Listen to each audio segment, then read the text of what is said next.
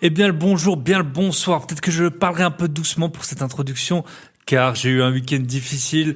Voilà, ma vie vous concerne peut-être pas, mais j'ai passé le week-end avec une grande partie d'entre vous. Je reviendrai dessus un tout petit peu plus tard dans l'introduction.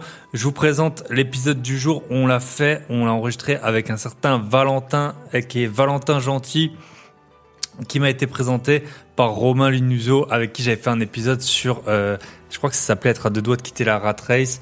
Et Romain, depuis, il a pris son envol. Il gagne très très bien sa vie grâce à ses logements et grâce à ses voitures de location.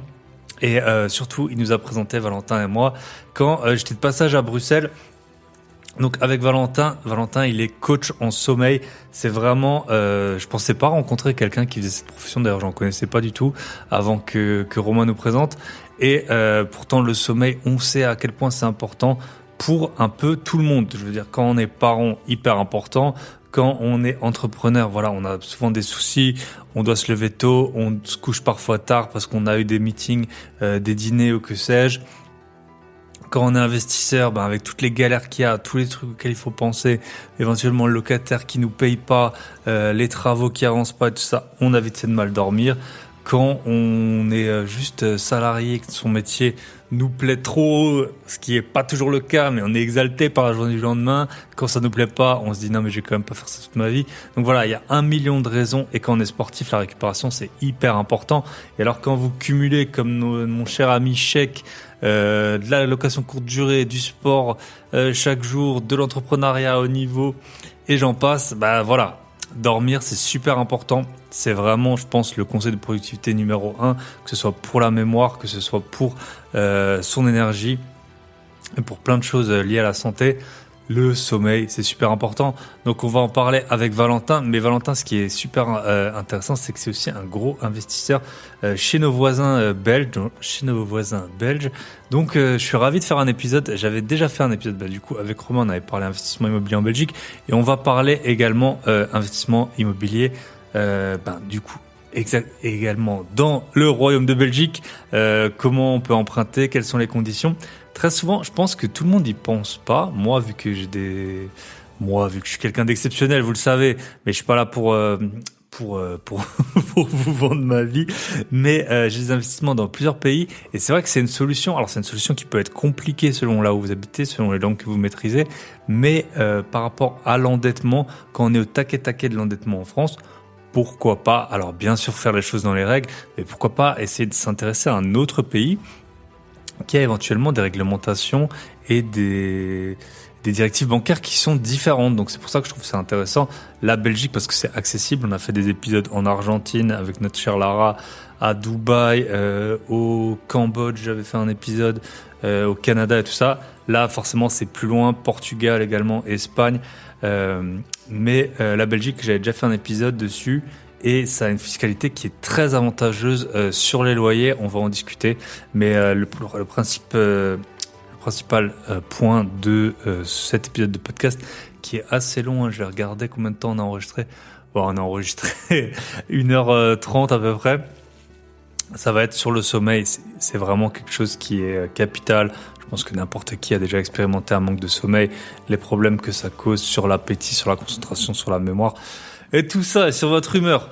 Donc Valentin, il va nous aider. C'était suite à un accident qu'il a eu des problèmes de sommeil, et c'est là qu'il s'est intéressé à ce sujet. Et maintenant, donc voilà, il coach beaucoup de gens, il coach des sportifs, même des sportifs olympiques, si je me trompe pas, ou qui ont fait les championnats du monde. Vraiment, vous avez accès à une mine d'or avec Valentin, et en plus, il vous donnera tous ses contacts si nécessaire. Depuis que je l'ai eu, j'ai mis en place quand même quelques points. J'ai acheté une lampe de luminothérapie. Je fais très attention à ce qu'il fasse vraiment nuit dans mon logement. Et là, j'étais en vacances, vous le savez, sur les îles. J'ai mis un peu le truc de vieille là sur les yeux, un bandeau, parce que il avait dit il faut vraiment qu'il fasse noir. Et j'ai mis encore 2-3 autres habitudes, notamment de m'exposer le plus rapidement possible au soleil une fois que je me lève. Et aussi, j'essaie de tenir compte de tous ces cycles. Donc ça, c'est la théorie, c'est ce que je fais la semaine, et je m'y tiens plutôt bien. Par contre, le week-end dernier, j'étais pour la 3e année de suite au au repas de Noël des gentlemen investisseurs. Donc c'est toujours super bien. On fait la soirée, elle dure une soirée, mais moi je fais tout un week-end à Lyon et donc ou à Brignais plus précisément. Donc j'ai pu voir pas mal d'entre vous, pas mal d'auditeurs, beaucoup d'invités aussi que j'ai sur le podcast. Donc voilà, je fais un petit ceux à qui me viennent tout de suite à l'esprit, je vais en oublier plein. Il y a Mehdi avec qui j'aimerais bien faire un épisode. Si tu m'écoutes Mehdi, on va faire un épisode qui a fait plusieurs achats, reventes de résidence principale. Très intéressant.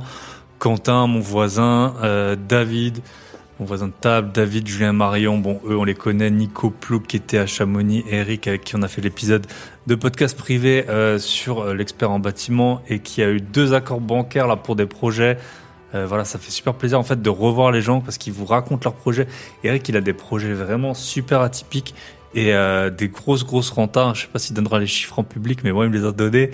Ah là là, ça donne envie, ça donne envie. Clément Bordeaux, que j'avais eu sur sur le podcast il y a pas longtemps, et puis justement, je l'avais eu assez vite pour que il soit connu un peu. Quentin, Émilie, Mbarek, Cheikh, Yanni, la team de Paris, voilà. J'ai aussi j'ai vu notre cher Thomas avec qui m'avait présenté le personne la plus frappante, je pense, que j'ai eu sur le podcast, André Bellibi là, qui avait couru de New York à Los Angeles et qui maintenant prend des bains glacés. Voilà, Sophie aussi que j'ai vu pour la première fois. Ça faisait je l'avais déjà vu, mais on s'est un tout petit peu parlé, une demi-seconde, ça passe trop vite. Et bien sûr, donc Sylvain Badis, là, que j'ai eu il y a pas très longtemps sur le podcast. Vous voyez, ça fait juste là de tête à les personnes à qui je pense. J'en ai oublié plein. Mais vous le savez, le podcast, ça change la vie. D'ailleurs, j'ai une formation, elle est pas chère. Vous pouvez la prendre. Il n'y a pas de Black Friday. C'est parce que c'est la moins chère que vous puissiez trouver. En plus, vous pouvez m'appeler. Et bien sûr, Tony et Yann. J'ai parlé vite fait. Merci à eux, en tout cas, pour l'organisation. C'est toujours top. Voilà. Après, ils ont, entre guillemets, la communauté que je peux avoir grâce à vous. Et puis la leur, quand elle se mélange, ça fait toujours... ils ont presque rien à faire, entre guillemets, sauf trouver le lieu. Parce qu'ensuite, l'alchimie, elle prend bien. Parce que les investisseurs immobiliers, c'est pas comme d'autres professions. On est toujours calme, on est toujours détendu. Je pense que ça vient du fait, déjà, qu'on gagne de l'argent. Et deuxièmement, que les biens, ils bougent pas. Donc en gros, si toi t'investis en Alsace parce que t'es quelqu'un de brillant et que tu parles à quelqu'un qui investit dans la Creuse, en gros, vous savez que vous allez pas marcher sur vos plates-bandes. Et donc, vous pouvez vous donner plein de conseils. Et bien sûr, j'ai eu plein de conseils. Je vous l'ai déjà dit plein de fois. Allez à des événements, allez à mes événements et allez aux événements des personnes qui savent ce qu'ils font. Donc voilà, c'est toujours un grand plaisir de vous voir. Bien sûr, ça passe trop vite. On n'a pas le temps de parler à tout le monde, on n'a pas le temps d'approfondir forcément. Mais c'est toujours un gros kiff. Voilà. Puis j'irai à d'autres événements. J'en organiserai aussi en 2024. Vous n'êtes pas prêts. Vous n'êtes pas prêts, je crois. Donc voilà. Qu'est-ce que je voulais vous dire d'autre ? Félicitations à... J'ai 3 élèves. Vous savez, moi, mon associé et moi, on accompagne des personnes tout au long de l'année pour qu'ils fassent des investissements immobiliers rentables. On en accompagne seulement 5 maximum chacun parce que on veut vraiment faire ça bien. Et puis c'est annexe. Nous, on vit pas du tout de cette activité. C'est vraiment pour partager. Alors forcément, c'est payant parce que sinon, vous n'allez pas écouter ce qu'on vous dit. Et puis nous, on va pas être très motivés à vous suivre. Mais voilà, on vous suit tout au long de l'année, ça dépend. Parfois, il faut vous suivre vraiment chaque jour quand c'est tendu. Parfois, c'est chaque semaine, parfois, c'est un peu plus espacé. Mais en tout cas, là, sur les personnes que j'accompagne, sur les 5 que j'ai là, j'ai félicitations à Valentin. Il va signer son compromis. Il est arrivé il y a pas très longtemps dans le club. Et il a eu un problème avec un premier compromis parce que l'agent immobilier lui avait menti. Mais là, c'est bon, cette fois-ci. Félicitations à nos 2 sœurs, Alizée et Manon. Elles vont signer leur premier bien. Ça y est, elles vont signer. Enfin, en fait, elles auront signé. Donc, félicitations à vous. J'espère que vous avez pensé à prendre une photo chez le notaire Et elles ont signé donc un bien plus un immeuble sous compromis. Donc le bien il est signé et l'immeuble est sous compromis. Félicitations à vous. Félicitations à Kevin. Kevin, ça fait très longtemps. Il est passé déjà dans un épisode sur justement le Club Invest. Ça fait longtemps qu'il est avec nous. Merci pour ta confiance et félicitations pour. Il a un nouveau bien qui vient de sortir. Sur Airbnb, il est nickel. Kevin, il a développé en plus une activité en plus de tout le reste. Depuis qu'il est chez nous, ça fait trop plaisir. Voilà, vous voyez, on n'a pas on fait exprès d'avoir peu d'élèves. On les garde pas captifs en mode tu restes un an, sinon ça va mal se passer. Vous venez quand vous voulez, vous repartez quand vous voulez. Et en général, on a une place quand même avec les entrées-sorties. Justement, vu que les personnes rentrent et sortent un peu quand elles veulent. Si vous voulez faire des investissements rentables, vous savez où sonner, il y a les liens, vous allez sur le site, sinon grosbillet.com. Voilà. Tout le monde nous dit qu'on est les moins chers. On a des résultats. Toutes les personnes qui nous ont rejoints, ils ont fait des acquisitions dont ils sont satisfaits. On refera un épisode très bientôt pour les 2 ans du club. On en avait fait un pour les 1 an du club. Voilà, justement, je trouve que c'est toujours intéressant de voir, à la fois les personnes qui sont dans le club, mais aussi, par exemple, là, ce week-end, j'ai vu Yanni. Il était chez nous. Et puis ensuite, il avait trouvé son bien, ça roulait, ça tournait, il fait du gros cash. Et là, boum, je l'ai vu ce week-end. Il me l'avait déjà raconté, mais plus en détail, qu'il est en train de refaire la même opération qu'il a fait avec nous. Donc ça fait trop plaisir le suivi. Félicitations à vous. Dernier point, j'ai eu un dégât des eaux dans un appartement sans devoir y aller. Donc tout a été géré à distance. C'est un appartement où j'avais tout refait en janvier 2023. Je sais pas s'il y a eu notamment tout ce qui était les conduites d'eau et tout, la salle de bain, la cuisine. On a refait pas mal de choses. Je sais pas si c'est un truc qui était mal serré ou mal fixé. En tout cas, il y a ma PNO qui est rentrée en compte. Et je pense qu'en nom propre, alors en société, on a déjà eu pas mal de fois affaire à la PNO. Je pense qu'en nom propre, c'est la première fois que j'ai affaire à la PNO. Donc je vous dirai à quel point elle m'a aidé. Mais en tout cas, pensez à prendre des PNO, c'est toujours utile. Et notamment, vous voyez, là, j'avais tout refait. Donc tu te dis que t'es tranquille. Et en fait, t'es pas forcément plus tranquille. Parce que qui dit travaux dit incertitude. Voilà. Enfin, vous le savez, comme toujours, nous, on fait pas de Black Friday. On est déjà les moins chers et les meilleurs. Ça sert à, on va pas, et puis surtout, on va pas, spoiler ou dire spolier, pas spoiler, les personnes qui nous font confiance toute l'année. Donc il n'était pas question de faire une réduction particulière juste pour le Black Friday. Il y a 5 ans, on n'en parlait pas. Et de toute façon, voilà, on essaie de délivrer de la qualité chaque jour. On a le podcast privé, on m'a encore félicité, on me l'a encore partagé plusieurs fois en story. Merci pour les partages. Ah tiens, il y avait Ami Kaza qui m'a mis une super bonne note de podcast qui était aussi à ma table. Et tout ça, je voulais dire, podcast privé, on nous a encore félicité. Il y avait Romain, justement, qui est passé sur le podcast. C'était le dernier épisode, l'avant-dernier épisode qui a été diffusé sur le podcast privé, où il nous montre, en tant que banquier investisseur, son dossier bancaire, sa fiche patrimoniale et tout ça, les bons conseils. Je vous donne un spoil pour ceux qui sont pas dans le podcast privé. Rejoignez-nous, c'est pas cher, mais je vous donne quand même une info qu'il a donnée gratuitement. Ne faites pas un dossier bancaire trop long, parce qu'on le voit, il y a pas mal de personnes, des formateurs, ils disent il y a des dossiers bancaires de 20 pages juste pour présenter le projet. 20 pages, c'est si vous avez plein de biens, mais ça doit être concis, un dossier bancaire. Et ça, Romain nous l'explique bien. Si vous voulez nous rejoindre, pareil, vous allez sur mon site grosbillet.com ou alors vous m'écrivez, vous m'envoyez un mail, info@bypatron.net. Et voilà. Écoutez, j'ai fait une intro de beaucoup trop longue pour un épisode qui sera très long, mais je sais, de 1, que vous l'écoutez en x1,5, voire x2 pour certains. De 2, les fêtes arrivent, pensez à faire plus de sport, vous serez plus en forme. De 3, vous êtes sur les chantiers, vous avez le temps. Et de 4, vous pouvez l'écouter en plusieurs fois, notamment si vous avez du mal à dormir. On se retrouve de l'autre côté avec Valentin. Merci à Valentin pour son temps et je vous souhaite une très bonne écoute.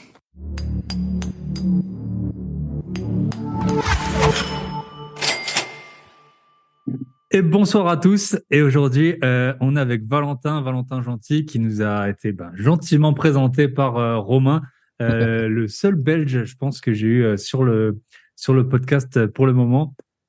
Grâce à Romain, voilà, le monde des investisseurs, c'est souvent tout le monde se connaît un peu de près ou de loin. Et donc, grâce à Romain, eh ben, j'ai découvert j'ai fait ta connaissance. Donc, salut Valentin. Bah, écoute, je te propose de te présenter rapidement, vraiment rapidement. Puis après, on va dérouler ton parcours. Aujourd'hui, toi, tu as trois casquettes. J'ai souvent des invités, c'est l'investisseur. Ça, on en parlera Mhm. dans une deuxième partie d'épisode.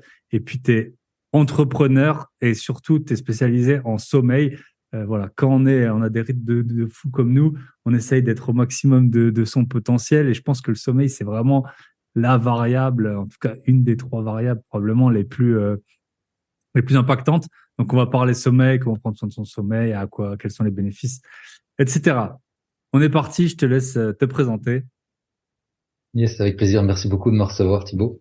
Alors, me présenter rapidement sur comment j'en suis arrivé sur le sommeil et à conseiller et à aider des entrepreneurs et des cadres dirigeants à retrouver le sommeil ou à optimiser leur récupération. À l'âge de 21 ans, je suis en Finlande, je fais des études et je travaille énormément. Je fais une année d'études en 6 mois, ce qui fait que je fais une espèce de burn-out. Couplé au fait que là-bas, c'était en hiver, donc il y avait un coucher de soleil pendant 3-4 heures, et puis c'était le seul fois où on voyait le soleil dans la journée. Et j'ai fait une chute en vélo sur la tête, c'était peut-être la première dans le sol. Et donc j'ai fait une commotion cérébrale. Donc j'ai perdu le sommeil, euh, ce qui fait que les médecins voulaient me donner des médicaments pour retrouver le sommeil. Je la fais courte, ça fonctionne pas. J'ai testé à peu près tout ce qu'on peut imaginer, Ok. que ce soit alternatif ou pas sur Parce le que vraiment, sommeil. c'était Et puis, enfin, en tout cas, c'était de très longue durée, ton sommeil n'est jamais revenu ouais, à ouais, peu ouais, optimal. en fait, c'est ça. Il y a eu un bon 6 mois qui est passé.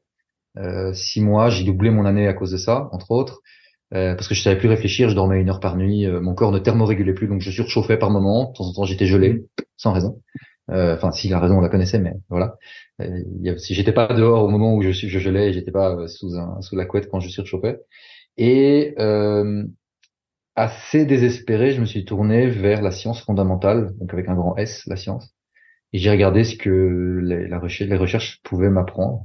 Et c'est là que j'ai découvert des choses. Et vraiment, c'était à la base purement égoïste. Hein. Je suis dans la merde. On Qu'est-ce va que je trouver peux une faire? solution. Qu'est-ce que je peux faire, mais vraiment de concret et sur lequel j'ai du pouvoir. Pas juste donner mon pouvoir à quelqu'un d'autre, un médecin ou une entité magique. Et en un mois, j'ai réglé le problème de l'insomnie profonde. Et j'ai même mieux dormi qu'avant de faire la commotion cérébrale. Ok. Donc je me suis dit, ouais, trop bien. Puis j'ai commencé à travailler dans l'immobilier, parce que j'avais déjà une appétence dans l'immobilier, on pourra en parler. Et puis les gens, j'ai commencé à me rendre compte que beaucoup de gens avaient des problèmes de sommeil. Et donc j'ai commencé à parler de ce que j'avais découvert. Ah, ben tu peux faire, il y a les rythmes circadiens, il y a le chronotype et tout ça, on en parlera. Les cycles de sommeil, comment ça marche, les routines, qu'est-ce qui fonctionne pas. Et puis j'en parlais à des entrepreneurs et les gens commençaient à vouloir me payer. Alors d'abord je me faisais payer 50 euros parce que je me disais ouais, qui va me payer pour Mhm. ça. Puis petit à petit j'ai commencé à facturer de plus en plus. Et puis ça a pris. Alors ça fait là maintenant ça fait 5 ans que j'ai lancé la boîte. Et ça fait donc, la première personne que j'ai accompagnée, c'était le CEO de l'entreprise dans laquelle j'étais salarié, une agence immobilière. C'était il y a quelque chose comme 7-8 ans, un truc comme ça. Ok. Voilà. Top. Un peu t'as le parcours, Ouais. voilà. Et puis j'ai continué là ici. Donc là, je travaille avec des cadres dirigeants, des grosses entreprises, alors surtout en Belgique. J'ai aussi des clients suisses. J'adore travailler avec les Suisses euh, parce qu'ils sont très très rapides à comprendre les mécanismes du sommeil. Et puis voilà. Et des sportifs aussi, non? Comment j'en suis arrivé là. Parfois qu'on Des soit. sportifs de haut niveau aussi, des athlètes, des combattants de MMA, des sportifs, des coureurs euh, le mot m'échappe. Demi-fond. Euh, Fond. non, non, non, quand Ironman. une course relais là, où il se passe le bâton, Course de, j'ai oublié course le de terme. relais. C'est du relais, je pense. Ouais, c'est ça. Il y a un autre terme, Ok. mais c'est ça, voilà. Donc des athlètes de cette Ok. catégorie-là qui vont au JO, ouais, des très chouettes Hmm. profils. Yes, yes. Bah super. Donc, je sais pas comment on va commencer par on peut parler. Donc toi, t'as fait avant qu'on attaque vraiment sur le sommeil, petit aparté. En fait, Mhm. c'est marrant parce que c'est vraiment tout ce mélange dans ton profil avec cette histoire de bye bye patron. Donc toi, t'as commencé à travailler dans une agence immobilière. Donc en fait, on en revient un peu au Ouais. thème du podcast. Pourquoi? C'est Qu'est-ce que tu ça. faisais exactement? Et puis pourquoi t'es parti? Et puis si t'as quelques pépites à nous raconter sur sur cette expérience professionnelle. Ouais.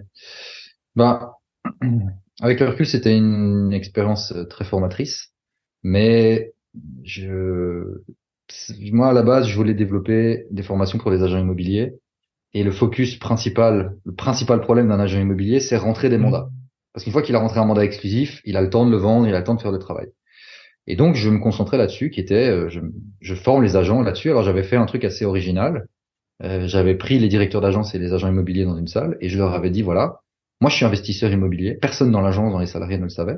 Je suis investisseur immobilier. J'avais ouvert un truc qui s'appelle MyMinFin. C'est la liste officielle de l'État quand tu as passé des actes chez le notaire. Tout est recensé sur une plateforme. Ok. Et j'avais ouvert mon MyMinFin et j'avais dit voilà mes biens immobiliers. Si je suis capable de faire des achats rentables, je suis capable de vous enseigner comment trouver des biens rentables, en tout cas des mandats à rentrer. Et mes biens, je les achète systématiquement 30, 40% en dessous du prix du marché. Donc, ok, ça c'était pour l'autorité face aux agents, parce que j'étais un petit jeune, hein, j'avais 24, 23 Mais ans, là, t'avais déjà des 24 ans. biens. Oui, Ok. oui. Oui, j'ai commencé à 18 ans. Euh, à l'âge de 18 ans, j'ai commencé Ok. à acheter. Et bref, et donc là, j'ai commencé à faire ça. Et puis petit à petit, j'ai lancé une plateforme de formation pour les agents, mais au sein de l'agence.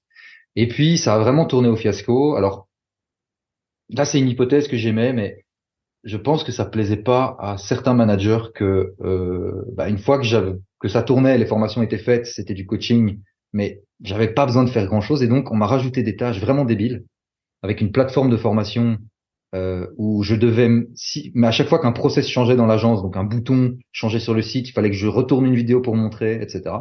Et à la fin, à la toute fin du processus, je me suis retrouvé, j'avais décidé de commun accord avec le fondateur de l'agence de tutoyer les agents dans la plateforme de formation. Et j'ai passé un mois à changer les tu en vous.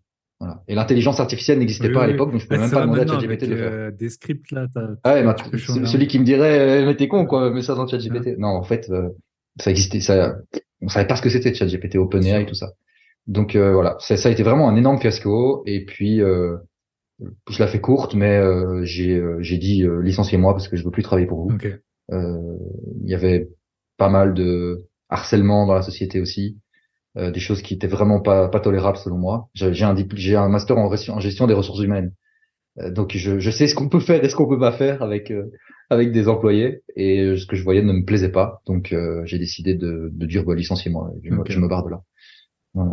Et là, quand tu C'était avais devenu un ce bullshit statut, job, hein, t'en as clairement. profité pour continuer à acheter des biens immo? Ah Ouais. oui, oui, ouais, tout à Depuis fait. que tu as 18 ans, tu en as toujours acheté en fait. T'as pas eu vraiment de. Ouais, ouais, moi j'ai une histoire où ça a cliqué dans ma tête quand j'avais 11 ans, 10 11 Ok. ans. Non, ma maman a eu un Ok. cancer et elle a dû arrêter de travailler. C'était un cancer très rare avec des traitements très chers et mon papa avait un petit bâtiment à Bruxelles. Et ça a permis que le ménage ne fasse pas faillite. Ok. Ma maman est architecte aussi, donc j'ai toujours un peu eu une brique dans le ventre. Elle m'a toujours un peu montré les bâtiments. Mes parents avaient acheté une vieille ferme qu'il a fallu retaper parce que on n'était pas riches du tout. Et c'est vraiment à 11 ans quand ma maman a eu un cancer et que j'ai vu qu'il y avait le bâtiment et que c'est ça qui permettait qu'on mette de la nourriture sur la table, malgré le fait qu'elle travaillait plus, puisqu'elle était malade pendant très longtemps. Elle est même devenue aveugle à un moment à cause des traitements chimiothérapie.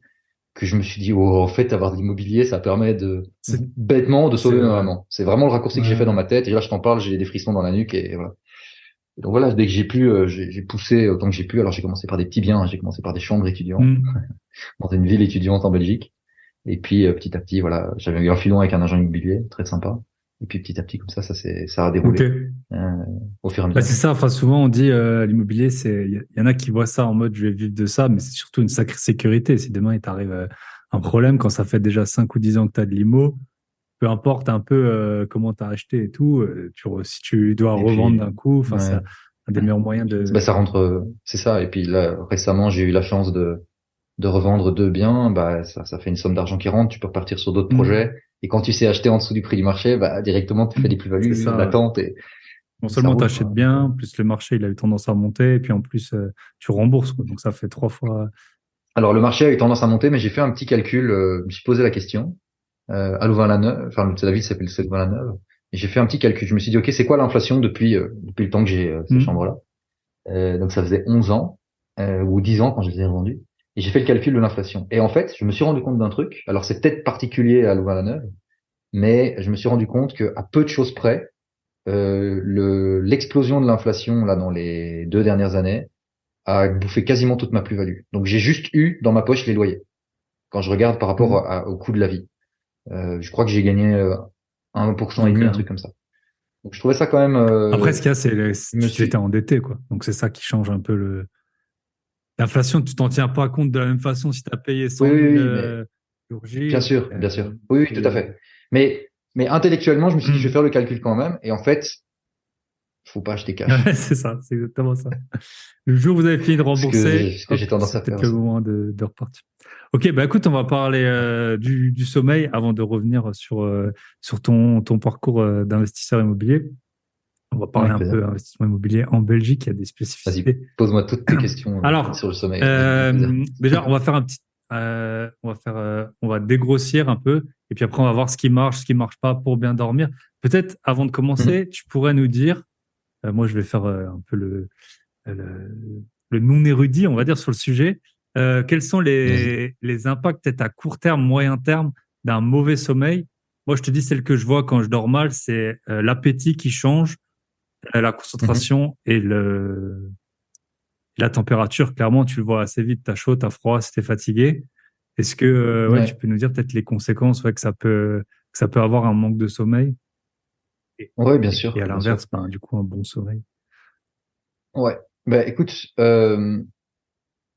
d'abord, il y a un mécanisme que j'observe le plus souvent chez mes clients et clientes, c'est le fait que le sommeil est devenu un problème et source d'anxiété. Ça, c'est vraiment ça revient systématiquement. Alors, soit ces personnes dorment trop, passent trop de temps au lit par rapport à la quantité de sommeil qui est nécessaire pour un humain, soit ils ont des tendances à se réveiller, etc. Donc, on doit jouer à la fois sur la quantité et la qualité, et les deux vont de pair. Alors, en termes d'impact concret que j'ai recensé, alors maintenant j'utilise l'intelligence artificielle je fais des enquêtes régulièrement auprès de mes clients, Mhm. et donc j'utilise l'IA pour faire des résumés. Ce qui ressort le plus, c'est le manque de temps. Donc, entre travail, famille, les tâches de la vie de tous les jours, trouver du temps pour soi également. Euh, le sommeil, en fait, c'est la première chose qui est laissée de côté parce que simplement on manque de temps, et donc on rentre dans un cercle vicieux. Et généralement, ce que je fais avec mes clients, c'est que je les aide à améliorer la qualité et la quantité, mais surtout la qualité, qui fait qu'ils retrouvent ce temps-là. Généralement, ils retrouvent environ 3 heures de temps de qualité réveillé Ok. par jour, ce qui leur permet de rattraper très vite le déficit. Alors, le coût de l'insomnie, bah, tu vas dépenser une fortune en médicaments, en huile essentielle, en draps, en literie, etc. Alors qu'il n'y a pas besoin de dépenser des fortunes, des consultations éventuellement chez les médecins. Euh, et aussi, tu fais plus d'erreurs. Donc, si tu fais des erreurs, tu passes du temps à faire l'erreur et tu passes du temps à corriger l'erreur une fois que tu l'as Exact. identifiée. Sans compter le coût. Alors là, ça va dépendre de ton activité, ce que ça va te coûter. Euh, Ça tend aussi tes relations parce que tu as beaucoup moins de patience, beaucoup plus d'irritabilité. Et ça affecte les relations avec les proches, la famille, les conjoints, les enfants, mais également professionnels. Donc on peut envoyer bouler un associé ou un Mhm. collaborateur, alors qu'en fait, il n'y avait aucune raison, si ce n'est le fait qu'on est fatigué. Euh, alors, il y a aussi une chose que j'ai relevée, c'est la peur de l'échec professionnel, surtout chez les cadres. Là pour le coup, c'est le fait de se dire, si je suis pas performant au travail à cause de la fatigue, je risque de sauter, on risque de voir que je fais des erreurs, et à terme, je peux louper une augmentation, je peux louper un palier supplémentaire. Et alors pour les entrepreneurs, je peux me planter avec un client, je peux pas voir quelque chose que je devais voir, et ça c'est vraiment problématique. Calculer l'impact financier, alors je peux te le dire, pour une entreprise qui a des collaborateurs, c'est un peu plus de 2 500 € par an le coût de l'insomnie et de la fatigue par collaborateur pour une entreprise qui a des employés. Euh, En termes d'absentéisme, en termes d'erreurs au travail, etc. Il y a une fourchette en fait, c'est entre 2000 de mémoire, c'est 2300 jusqu'à Mhm. 2800 €, Ouais, puis c'est hyper variable, hein. Si t'en as un corrigé qui de crache un l'inflation. avion, enfin, voilà, c'est forcément. Ouais, c'est ça. Oui, oui, bien sûr, évidemment, évidemment. Donc il y a ça ici aussi, et puis après il y a aussi tout un côté découragement parce que les gens ne savent pas. On a tendance à dire ouais, pour bien dormir, il faut bien manger, faut aller dormir à la même heure, faire du sport. Mhm. Mais non, non, non. Il y a plein d'autres choses. Moi, quand j'ai fait alors on va dire oui, mais t'as fait une commotion cérébrale peut-être, mais ma commotion cérébrale était finie et j'avais toujours pas retrouvé le sommeil. Mhm. Et pourtant, je mangeais très très bien. Je faisais 75 kilos pour 1m80 et c'était que du muscle, quasiment que du muscle, pas de gras. Et pourtant, j'arrivais pas à retrouver le sommeil. Donc, c'est pas bien manger et faire du sport qui aide. Mhm. Concrètement, ça aide, mais c'est pas suffisant. Ok. C'est nécessaire, mais pas suffisant. Et du coup, sur le corps, vraiment, Euh, les conséquences en plus du manque de concentration, prise de poids, prise de prise de poids. poids. Euh, En fait, tu as tes hormones sont déréglées, deux hormones. Il y en a une, pour le faire simple, il y en a une qui est responsable de la sensation de satiété, donc je n'ai plus faim, et l'autre qui est responsable de la sensation de donne-moi à manger. En fait, tu dois les voir comme un petit diable et un petit ange sur l'épaule. Mhm. Et quand tu es en déficit de sommeil, c'est-à-dire à partir de 6 heures de sommeil par nuit, ce qui est d'ailleurs la moyenne pour la plupart des gens, euh, ce qui se passe, c'est que c'est un peu comme si le petit ange était bâillonné sur ton épaule, celui qui te dit, bon, ça va, arrête de manger. Et celui qui est le petit diable, il a un parlophone et qui dit, vas-y, mange, mange, mange. Mhm. Et ça a été testé dans une étude assez fascinante où ils ont mis différents profils qui dormaient différentes quantités de temps, donc 8 heures, 7 heures, 6 heures, des personnes qui dormaient pas pendant 24 heures, des personnes qui dormaient pas pendant 48 heures, et ils les mettaient face à un buffet à volonté avec tout, des légumes, des protéines, et des Twix, des Mars, des chips. Et en fait, ils ont calculé que les personnes qui mangeaient, qui avaient dormi 6 heures par nuit, consommaient 250 kilocalories en plus par repas. Ok, par Donc quand tu repas, ouais. multiplies Ok. ça par repas, quand tu multiplies ça par année, ça t'amène à plus 4,5 à plus 9 kilos de masse adipeuse par an, ce qui malheureusement est une réalité douloureuse pour beaucoup de monde. Ok. Donc si vous voulez maigrir, réglez votre sommeil avant tout. Ok. Ça marche. Bah, peut-être tu peux nous parler des. Déjà, est-ce que tu as réussi à identifier ce qui s'est passé chez toi quand tu as eu ton accident? Parce que maintenant, avec tes connaissances et tout ça, Ouais, tu ouais, sais bien qu'est-ce qui sûr. s'est passé exactement? Est-ce qu'il y a un truc qui a été déréglé ou comment c'est passé? Ouais. Donc en fait, quand j'ai fait la commotion cérébrale, j'ai passé une semaine dans le noir, avec des lunettes de soleil sur mon ordi en train de faire mon mémoire. Et puis après ça, en fait, j'avais des horaires qui étaient complètement déréglés et j'avais des grosses carences aussi, dues au fait que j'étais Ok, En Finlande en plein hiver. Donc j'ai dû régler ces carences et j'ai dû resynchroniser mon ok. corps, resynchroniser une quelque chose dans le cerveau qui s'appelle l'horloge biologique. Alors c'est un vrai truc, hein, Mhm. l'horloge biologique. C'est localisé, ça existe. Ce sont 20 000 neurones. C'est un tout petit amas de neurones qui sont situés à l'avant du cerveau et qui sont connectés à des nerfs, donc des câbles électriques, qui sont connectés aux yeux. Et en fait, cette horloge biologique, elle est responsable, c'est le chef d'orchestre des rythmes du Ok, corps. Les rythmes, c'est quoi? C'est les comportements que ton corps va avoir, augmentation de la température corporelle, sécrétion de certaines hormones, dont les hormones responsables du sommeil. ok. Tu vois. Et donc, moi, j'avais un chamboulement total où je passais 10 heures, 12 heures, 15 heures au lit. Je voyais plus le soleil, j'avais plus de rythme en fait.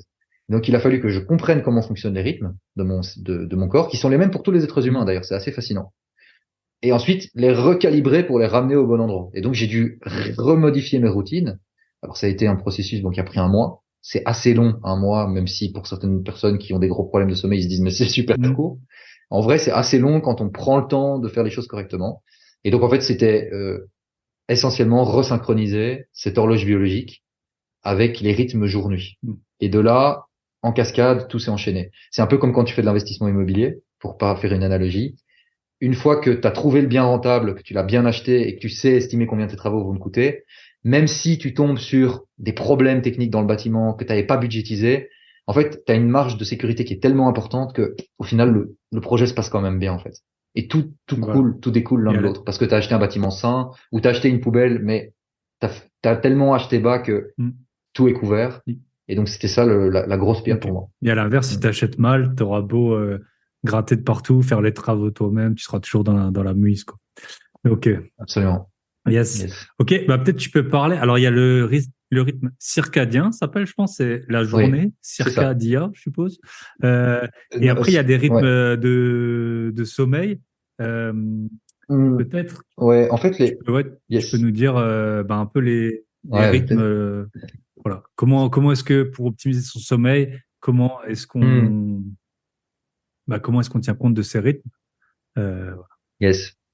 Très bien. Je vais mettre du concret là-dessus parce que c'est assez abstrait pour beaucoup de monde. Donc, les rythmes circadiens, ce sont des rythmes qui ont une durée de 24 heures. C'est comme ta montre. Je sais pas si tu as une montre, Mhm. mais une montre, elle va faire 2 fois 12 heures, ça fait une journée de 24 heures.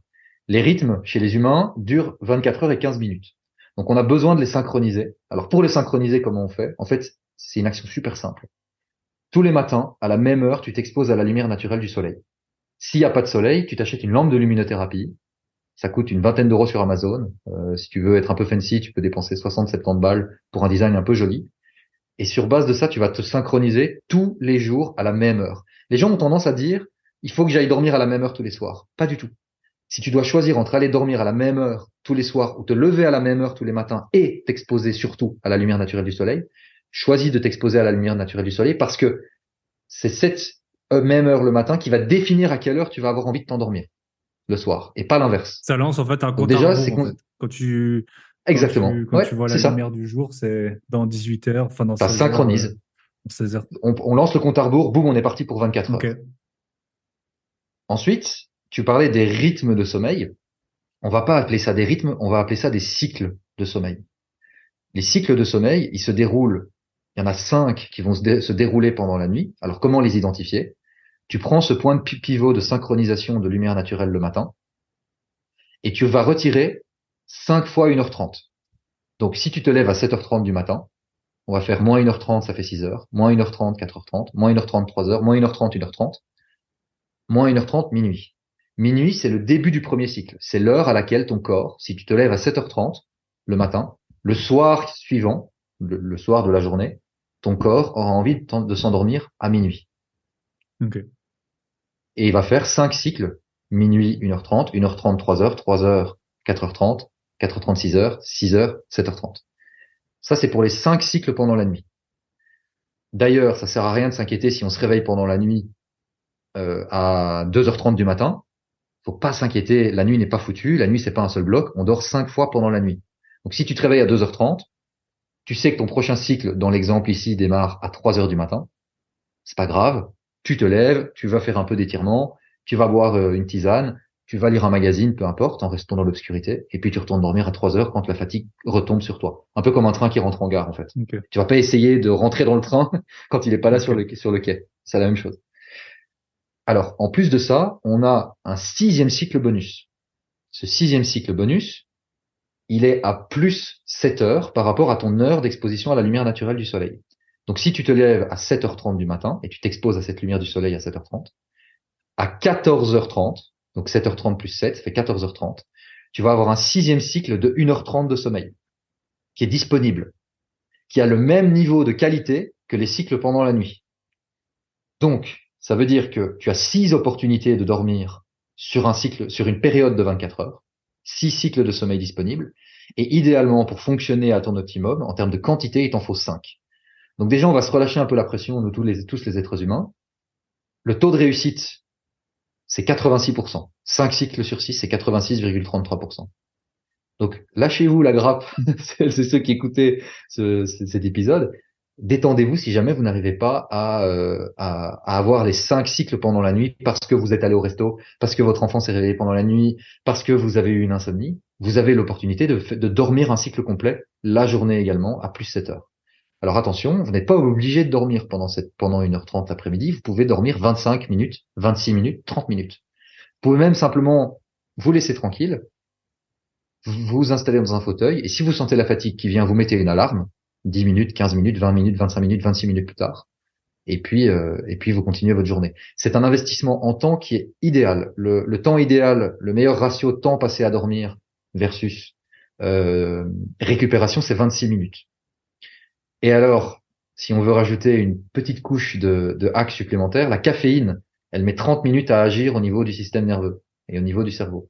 Donc si tu prends une tasse de café, un shot d'espresso par exemple, au début de ta sieste, à 14h30, tu prends ton espresso, tu vas faire une sieste, et ben tu vas te réveiller automatiquement avec la caféine. Et en plus de ça, tu auras diminué la fatigue La fatigue, c'est quoi dans le cerveau? Ça s'appelle de l'adénosine qui s'accumule dans le cerveau.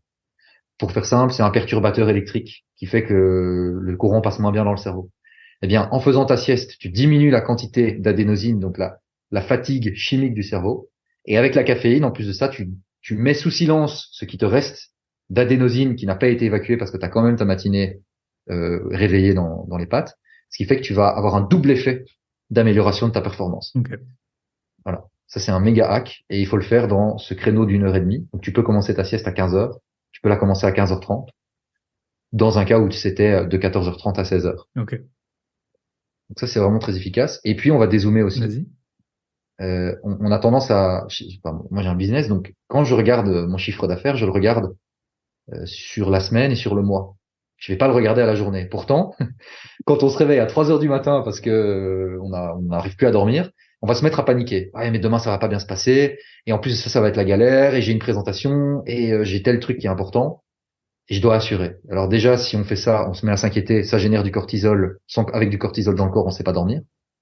Donc détendez-vous. Vous avez ces 5 cycles pendant la nuit. Mais en plus de ça, ce qu'on va faire, c'est dézoomer sur la semaine. Et on va viser un optimal de 35 cycles par semaine. 5 cycles nécessaires multipliés par 7, ça fait 35. Et vous avez 6 cycles par période de 24 heures, donc 42 opportunités par semaine.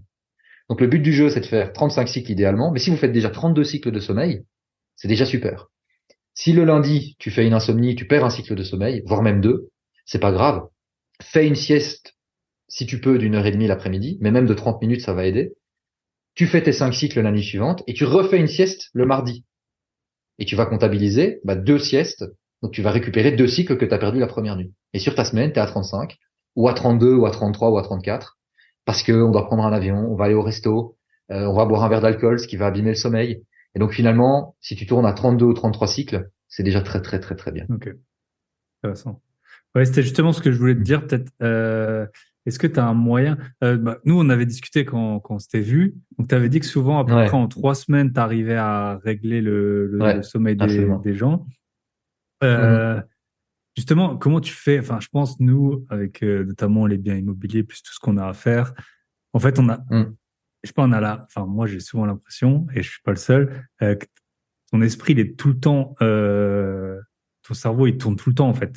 Et y compris quand tu te couches. Donc, soit, en gros, enfin, moi, soit la journée a été plutôt fatigante, comme c'est souvent le cas. Ouais, Et bon, j'ai quand même plutôt un bon sommeil. Mais je sais que, par exemple, si je me ouais. réveille, c'est vrai que d'un coup, je vais avoir, je vais commencer à penser à tout ce que j'ai à faire.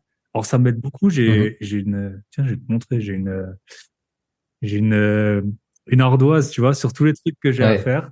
Ça m'a bien aidé à me vider quand même l'esprit. yes. Mais je pense qu'il y a des gens, c'est vraiment en permanence. Mhm. On... Est-ce qu'il faut essayer de lutter contre ça? Est-ce il y a des genres Non. d'exercices tu sais, on me dit compter les moutons, ou je sais pas, ou voir visualiser du noir, ou est-ce qu'il faut les laisser venir? Enfin, comment on réagit à Mhm. cette multitude d'infos qui viennent tout le temps? Ouais. Alors, je pars du principe que je vérifie quasiment tout le temps, c'est que quand ce problème-là est là, que tu rumines pendant la nuit, c'est déjà trop tard. Donc, je peux te donner une astuce pour réduire l'impact, mais je vais te donner surtout une astuce, même pas une astuce, le fonctionnement, pour faire en sorte que ça s'arrête, Mm. ce truc-là. Euh, Ce que tu dois savoir, c'est que en plus, donc, on a parlé des rythmes circadiens, on a parlé des cycles de sommeil. Dans notre corps, nous avons ce que l'on appelle des rythmes ultradiens. Ce sont des rythmes de 1h30 tout au long de la journée. Et en fait, alors c'est une moyenne, hein, c'est 1h20 à 1h40, il y a un écart type, mais en moyenne 1h30. Et en fait, on a une espèce de coup de fatigue toutes les environ 1h30. Et ce qui se passe, c'est que à ce moment-là, le cerveau, tu peux faire ce que tu veux, il a besoin de traiter les informations et de traiter les émotions que tu as vécues dans les dernières 1h30 précédentes. Et donc, ce qu'il faut faire dans ces cas-là, c'est lâcher prise, aller boire un verre d'eau, laisser ton cerveau divaguer pendant quelques minutes. Alors, ça va être 1, 2, 3 minutes. Et il va pré-télécharger tout ce qui s'est passé. Ce qui fait que tu vas pas te retrouver avec des espèces de bouchons. C'est un peu comme un douanier. Si le douanier, tu lui amènes 10 voitures ou 100 voitures à 19 heures alors qu'il est censé terminer son service à 19h30, ça va bouchonner et tout le monde va pas passer. Tandis que s'il peut laisser passer un flux de voitures tout au long de la journée, bah en fait, à 19 heures, il y aura quasiment plus rien à traiter. Donc, ce qu'il faut faire, c'est écouter ce rythme ultradien. Donc maintenant, je l'amène à ta conscience et à la conscience des gens qui écoutent cet épisode. Et juste quand ça te tombe dessus, ce petit coup de mou, tu vas boire un verre d'eau, tu vas aux toilettes, tu regardes par la fenêtre, tu respires 2, 3 fois pour pré-télécharger tout ce qui se passe, tout ce qui s'est passé dans les 1h30. Sinon, il se passe quoi? Ben, ça arrive au début de la nuit. Et si en plus de ça, tu as une routine du soir où tu es sur l'ordi, t'écoutes un podcast, tu lis un livre un peu prenant ou des choses comme ça, où tu lis des nouvelles sur l'immobilier, dans les Échos par exemple, eh bien, Les ce qui prix va vont se passer, baisser, c'est c'est la que crise, l'État va tout prendre. exact. En plus, ça c'est assez anxiogène, l'État va tout prendre. Donc cortisol, donc c'est pas bon. Mais en fait, ce qui va se passer, c'est que tu vas juste faire tout ce travail de pré-téléchargement de ta journée au moment où tu te fiches la paix, c'est-à-dire au moment où tu es dans ton lit. Ok. Donc vraiment, octroie-toi ce pré-téléchargement, première chose. Deuxième chose, fais une sieste. Dans ce moment de 14h30 à 16h, dans le cas où tu te lèves à 7h30, octroie-toi même ce que j'appelle une période de récupération contrôlée. En fait, c'est un temps calme. C'est un temps où prends 15 minutes, 20 minutes dans ton après-midi. Juste, tu t'installes dehors, tu regardes par la fenêtre dans un fauteuil, un endroit confortable, écoute de la musique, écoute une méditation, regarde un magazine pour le plaisir des yeux. Ça peut être un magazine sur des beaux aménagements d'immobilier, des studios que tu vas faire, sans objectif. Et tu vas laisser ton cerveau divaguer. Si le sommeil te tombe dessus, laisse le sommeil te tomber dessus, mets une alarme pour être sûr de te réveiller et de pas louper des rendez-vous. Et en fait, pendant ce sommeil que tu vas avoir, cette absence dans la journée, ton cerveau va pré-télécharger déjà une grosse partie de ce qui s'est passé. Et puis tu vas te réveiller de cette sieste, tu vas sortir de cet état un peu léthargique, prends des notes de ce qu'il faut faire. Ça va grandement aider. Maintenant, si ça t'arrive encore, ce que tu fais, de loin, la meilleure méthode, c'est la méthode 4-7-8. Alors, c'est pas de moi que ça vient, c'est les Navy Seals, les, les, les soldats américains. En fait, cette méthode, c'est quoi? C'est que tu vas te mettre dans un endroit confortable, un fauteuil, ton lit, peu importe. Tu vas inspirer profondément et tranquillement par le nez pendant 4 secondes. Tu vas bloquer ta respiration pendant 7 secondes et tu vas expirer pendant 8 secondes. Et en fait, ce qui va se passer, c'est que tu vas légèrement augmenter le taux de CO2 dans ton sang. Alors, ce que je veux dire, c'est contre-intuitif. Mais quand tu augmentes le taux de CO2 dans ton sang, il y a plus d'oxygène qui est libéré par les globules rouges au niveau du cerveau, au niveau des cellules et au niveau des muscles, ce qui fait que tu te détends. Ok. Et donc, tu glisses vers le sommeil, en fait, plus facilement. Et tu fais ça 4 fois. Donc, inspirer par le nez 4 secondes, tranquillement. Tu bloques pendant 7 secondes, 6 à 8 secondes. Et puis, tu souffles par la bouche pendant 8 secondes. Hyper efficace. Ok. Tu fais ça 4-5 fois et ça va grandement te détendre. Ouais. Yes. Mais j'avais déjà entendu, j'avais pas testé, C'est de loin le mais truc le plus efficace. c'est une méthode qui Et vraiment alors, fonctionne. un truc que j'utilise déjà depuis quelques temps et qui est vraiment très efficace, il y a une playlist qui s'appelle Weightless, donc sans poids, la traduction littérale, Weightless. C'est Marconi Union et c'est une musique qui est vraiment dingue parce que ils ont intégré des battements de cœur dedans qui sont à un rythme très très lent. En plus de ça, il y a des sons assez graves dedans qui détendent énormément. Et j'ai constaté, et à chaque fois que je l'utilise, j'ai la même chose. Je mets la main sur mon cœur, pas pour chanter la Marseillaise, juste pour l'écouter. La Et ce qui se Brabançonne. passe, c'est quoi? La Brabançonne. C'est que j'ai mon cœur qui bat exactement au même rythme que la Ok. musique, qui est un rythme ultra lent et qui me détend. Donc c'est Weightless de Marconi Union. Ok. C'est vraiment dingue, Tester. vraiment bluffant. Ouais. Super. Ok. Écoute, je vais te poser des questions. Tu réponds, on va essayer de répondre assez vite. Tu peux répondre oui, non, et puis tu as Ok. le droit à 2 phrases pour, Ok. pour dire, pour justifier. Est-ce qu'il y aura une petite musique à la combiner derrière au montage ou pas? Non, il n'y a pas de musique. Pas de musique. Tu peux chanter. Ok. Alors, Mm. est-ce que donc ça aide ou pas et à quel point c'est néfaste? Le numéro 1, c'est les écrans. À quel point c'est néfaste pour dormir? Est-ce que c'est vrai, c'est faux? Est-ce que les lunettes bleues, ça Ouais. aide? Oui. Alors, les écrans sont néfastes, mais pas en journée, le soir, parce qu'ils donnent le signal qu'il fait jour à ton cerveau. Donc, ils empêchent la production de mélatonine, qui est l'hormone du sommeil. Est-ce que les lumières anti-lumière bleue sont utiles? Oui, mais des lunettes anti-lumière bleue qui sont totalement teintées en orange et qui ont une double technologie. complètement orange, comme le pull que tu portes en ce moment, plus euh, une, euh, un traitement anti-lumière bleue que l'on voit sur les lunettes anti-lumière bleue que l'on porte en journée. Il faut les deux Ok, technologies, absolument. ok. Et est-ce que, donc c'est la mélatonine, hein, sérotonine, L'hormone du sommeil. mélatonine? Mélatonine, c'est l'hormone du sommeil et il te faut de la sérotonine pour produire de la Ok, mélatonine. Et la sérotonine, elle est produite en présence de lumière bleue émise par le ok. soleil ou la lampe de luminothérapie. Et est-ce que ça fonctionne d'en prendre? Tu sais, il y a des gens qui en... Non. Enfin, Non, oui, mais ok. non. Euh, En fait, ça rend la glande pinéale qui est responsable de la production de mélatonine fainéante, ok, enfin de sérotonine et mélatonine fainéante, ce qui fait que on devient dépendant de ça. Et en plus, les doses sont tellement fortes que ça fait des chamboulements ok. dans le Comme les corps. gars qui se piquent Donc, pour la musculation, quoi. Après, ton corps, il génère plus d'hormones, quoi. on n'est pas du tout sur les mêmes niveaux Ouais, d'effets bien secondaires, sûr. parce qu'il y a des gens qui prennent de la mélatonine toute leur Mm. vie et qui n'ont pas de graves, enfin trop graves problèmes de santé. Mais le problème de santé vient surtout du fait qu'ils doivent combler un problème, un mécanisme qui fait qu'ils ont un mauvais sommeil et donc ils sont en mauvaise santé, entre autres à cause de ça. Ok. Est-ce que le café, on dit pas de café après 14, 15, 16 heures, Yes. ça c'est acté? La caféine a une période de demi-vie de 6 heures dans le sang, dans le corps. Donc ça veut dire que si tu prends un café, si tu vas dormir à minuit, que tu prends une tasse de café à 18 heures, eh bien, à minuit, tu auras encore la moitié de la dose de caféine que tu as consommée. Donc, il y a une règle qui est assez simple. La dernière tasse de café que tu prends, tu la prends juste avant ta sieste. Tu te Ouais. souviens, la sieste La au sieste de café dont j'ai parlé? 14h30. Bah, tu prends, voilà, donc 14h30 pour une personne qui se lève à 7h30, donc, disons, 7, 8 heures après t'être levé, dernière tasse de café.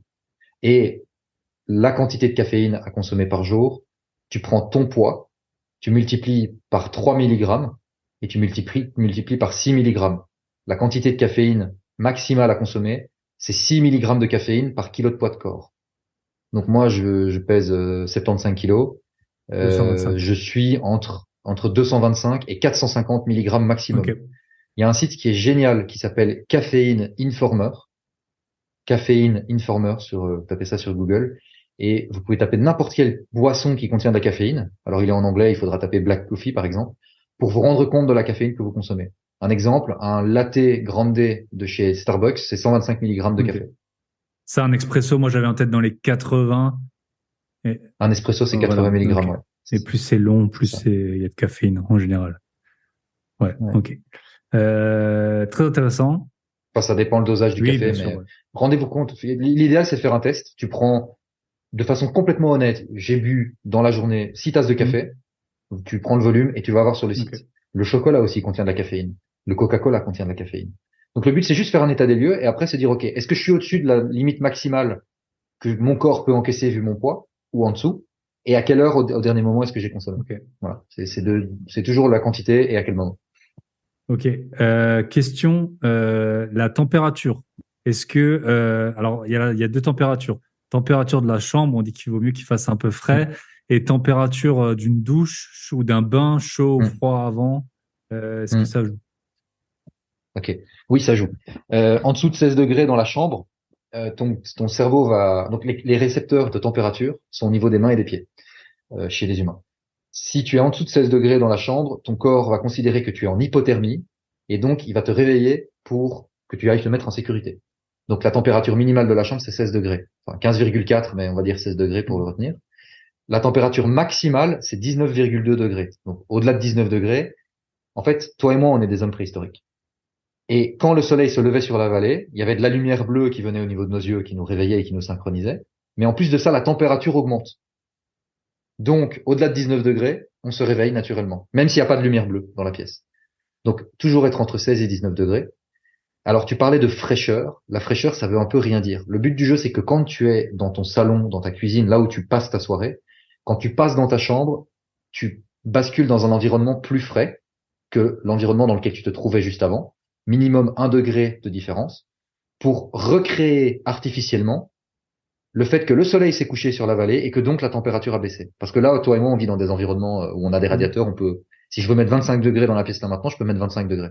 C'est complètement artificiel. Donc on doit recréer artificiellement cette sensation de coucher de soleil, cette conséquence du fait que le soleil s'est couché. Pour répondre par rapport à la douche et au bain, tu peux prendre une douche chaude, tu peux prendre un bain chaud. Alors, pas plus d'une vingtaine de minutes pour le bain parce que sinon tu augmentes trop la température de ton corps. Et ensuite, ce que tu fais, ça va permettre de faire une détente musculaire, ce qui est vraiment très très bon.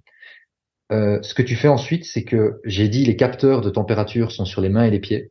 Ce que tu vas faire, c'est que tu vas t'humidifier les mains et les pieds et tu vas laisser sécher à l'air libre. Pourquoi? Parce qu'il faut 10 fois plus d'énergie du corps pour réchauffer de 1 degré de l'eau que de l'air. Mm. Donc si tu laisses l'eau s'évaporer, ce qui va se passer, c'est que la température du tronc de ton corps va partir réchauffer les mains. Et donc tu vas tirer de la température de ton corps et recréer artificiellement, enfin, de façon contrôlée, la baisse de température de ton corps. Ça, c'est un super hack aussi pour l'été quand il y a des canicules. Ok, très intéressant. Euh, Tiens, j'ai une question d'un auditeur. C'est sur l'apnée du Mhm. sommeil. Je sais pas si tu es compétent Ah, là-dedans. ouais, Est-ce ouais, que absolument, c'est vrai absolument. que là, en vieillissant, j'ai pas mal de gens autour de moi, même de ben voilà la trentaine, qui commencent à Mhm. en faire. Je sais pas, enfin, je pense qu'il y Ouais. a un peu une multitude de facteurs. Est-ce qu'il y a des choses Mhm. qui l'aggravent? Euh, Ouais, voilà. Je pense une fois que on sait que tu fais de l'apnée du sommeil, est-ce qu'il y a des bons j'adore ce comportements et des sujet. mauvais comportements à Ouais, adopter? j'adore ce sujet. Vraiment, je pense que c'est la découverte la plus folle que j'ai faite sur le sommeil. Donc l'apnée du sommeil, c'est généralement dû. Alors les médecins, si tu vas en médecine en clinique du sommeil, ils vont te dire généralement vous devez perdre un peu de poids et vous faites de l'apnée du sommeil, votre sommeil est pas bon. Je vais vous donner une CPAP. Donc c'est un appareil une espèce de masque de pilote Hmm. d'avion que tu mets, qui va forcer de l'air dans tes narines. Ça fait du bruit, donc ça t'empêche de dormir et c'est ultra ultra ultra invasif. Maintenant, là j'adore. Il existe une solution. Si tu l'appliques pendant 3 mois d'affilée non-stop, donc 90 jours, 90 jours pour les Belges et les Suisses qui nous écoutent, euh, tu as 96, 96% de taux de réussite de supprimer totalement l'apnée du sommeil. Ok. Comment on fait? C'est bluffant, c'est un truc de malade et je comprends pas comment les médecins, j'ai une amie qui est médecin, elle m'a dit j'ai jamais entendu parler de ça. Euh, et tout ce que je dis ici, d'ailleurs si tu veux, je peux te donner le papier, l'étude scientifique qui explique ça de façon très précise, qui a été répliquée plusieurs fois. En fait, c'est dû au fait que tu respires par la bouche. Quand tu respires par la bouche, il se fait que mécaniquement, ta langue tombe en arrière, dans la gorge. Ce qui fait qu'il y a moins d'air qui passe, et donc tu as des micro-réveils. Et ça génère de l'apnée du sommeil, d'autant plus que tu ne respires plus par le nez, donc tu as des poussières aussi qui créent une irritation au niveau des poumons. Comment on fait? Alors, la solution, elle coûte 35 euros à appliquer pendant 90 jours. Et Tu vas à la pharmacie. Ouais, pardon? je sais qu'il y a des gens qui ils se mettent un sparadrap Ouais, et ils coupent you got un it. petit peu Yes, yes, exactement. Tu vas faire deux choses la en fait. bouche. Tu vas en pharmacie, tu vas acheter un scotch hypoallergisant. Alors la marque 3M en fait. Tu vas dans n'importe quelle pharmacie, ça coûte 3 euros le rouleau. Et tu te scotches la bouche pour te rééduquer à la fermer. Le seul moyen de te rééduquer à la fermer pendant la nuit, c'est de mécaniquement fermer la bouche pour que le cerveau comprenne que les muscles fassent en sorte que tu gardes la bouche fermée. Numéro un. Numéro 2 à faire en même temps, tu vas sur le site Rhinomed, Rhino comme un rhinocéros, donc R-H-I-N-O, et Med, M-E-D, et tu prends la gamme Mute, donc silence, M-U-T-E, Rhinomed Mute, et c'est en fait un dilatateur de narines que tu vas mettre dans tes narines. Alors tu vas pas avoir des énormes narines si tu prends la taille qui est adaptée à toi, mais ça va légèrement augmenter le flux d'air dans tes narines, ce qui fait que tu empêches ta bouche d'être ouverte, mais tu vas avoir moins d'air, donc normalement ton cerveau devrait paniquer en se disant mais je suis en train d'étouffer moi là. Et en fait, tu vas augmenter l'air qui passe par tes narines, Ok. ce qui fait que la langue n'est plus en arrière puisque tu gardes la bouche fermée, donc l'air passe normalement. Elle est filtrée et elle est réchauffée par tes sinus. Et tu fais ça pendant 90 jours, 96% de taux de réussite. Mais il faut le faire 90 jours d'affilée. Ok. Mais c'est bluffant. Et c'est bien plus efficace que la CPAP, bien plus efficace que n'importe quel médicament qu'on te donnera pour l'apnée du sommeil. Je ne comprends pas comment ce n'est pas enseigné aux médecins sur les bancs de l'école. Ça me rend malade. Et tu connais des gens Mais qui là, l'ont ici, fait, les gens qui qui ont écoutent sur cette réussi? solution. Moi? À toi, tu faisais de l'apnée du sommeil? Ah ouais, ouais, un truc de dingue, moi. Oui, oui. Ok. Ouais. Moi, j'ai commencé à faire de l'apnée du sommeil et des ronflements. Et j'ai su que ça s'est arrêté. Pourquoi? D'ailleurs, ça m'est arrivé après avoir réglé mes problèmes de sommeil. J'ai su que ça s'est arrêté. Pourquoi? Parce que j'ai utilisé une application qui s'appelle Sleep Cycle. Et Sleep Cycle, il mesure pendant la nuit, il y a un micro qui est activé et il m'isole maintenant grâce à une intelligence artificielle en plus. Il va m'isoler les moments où j'ai fait du bruit. Et en fait, j'entendais que je respirais par la bouche. Et d'ailleurs, je me réveillais le matin avec la bouche pâteuse aussi. Et j'ai fait ce truc-là. C'est bluffant, Ok. vraiment. Donc, ça va vous coûter 35 € sur 3 mois. Et C'est bigrement ok. efficace. C'est un problème de santé publique, hein, l'apnée du sommeil. En fait, moi, j'ai un ami Vraiment. qui en fait, et c'est vrai qu'on est parti en vacances. Il avait pas la machine, et Hmm. clairement, voilà, c'était vacances entre amis, donc on a, Un peu d'alcool aussi, je voilà, suppose. oui.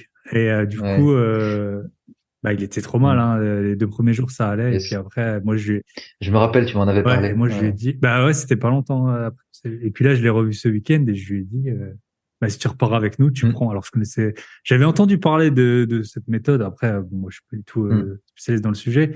Je savais pas que c'était pour l'apnée du sommeil. Je savais que c'était pour refaire respirer par le nez.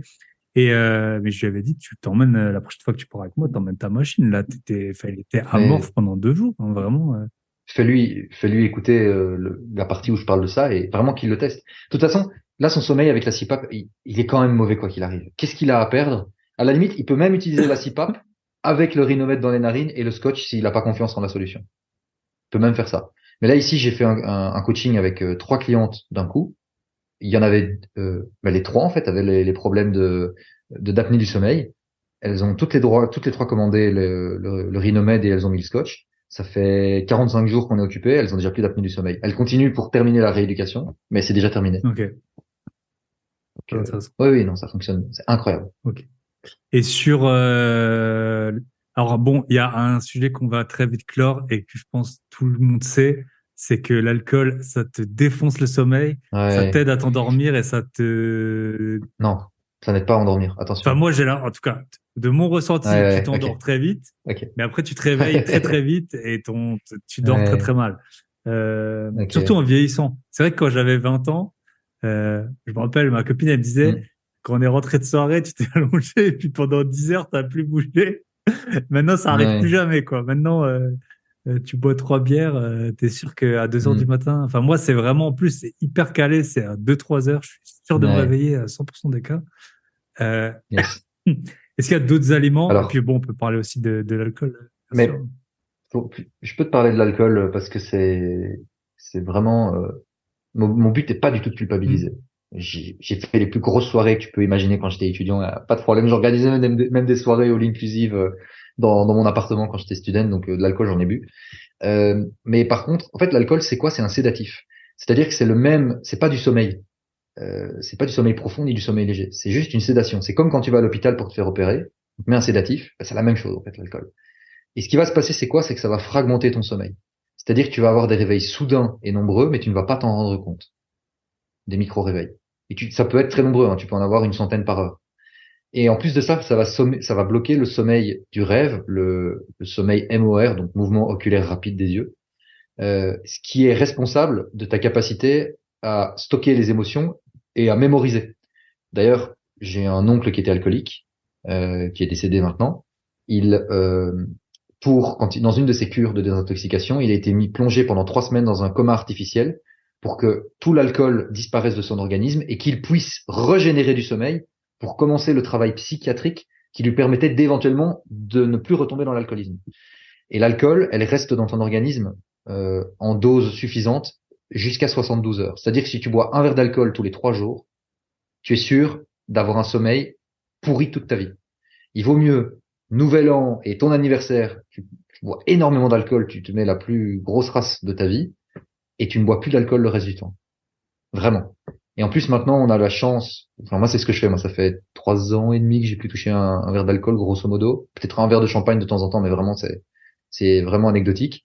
Et, euh, et ce que je fais c'est que je commande des mocktails, des cocktails sans alcool en fait.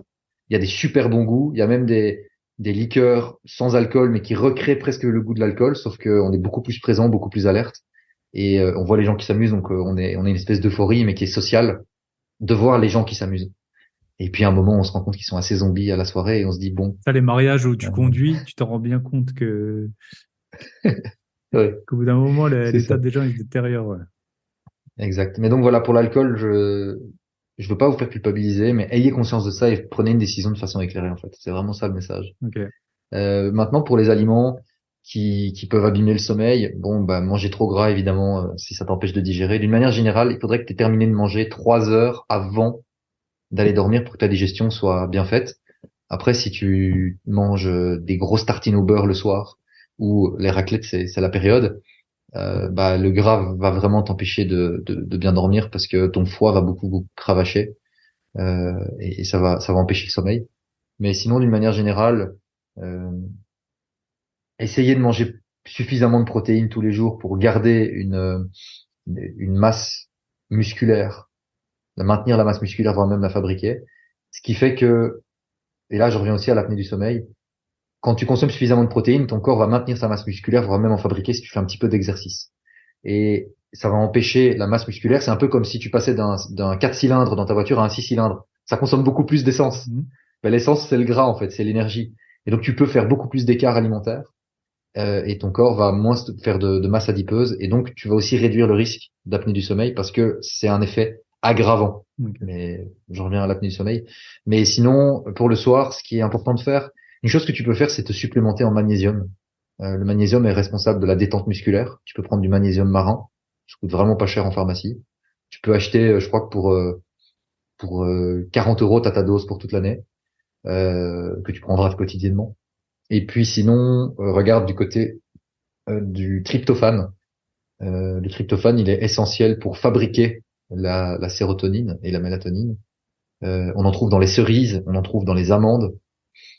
Donc si tu veux manger un dessert, mange une tarte à la cerise ou des monts chéris. Je sais pas si vous avez ça en Des France, moches. les monts chéris, mais C'est plutôt le truc des bon, il y a de vieilles. l'alcool dedans, mais des personnes âgées, ma grand-mère adorait ça.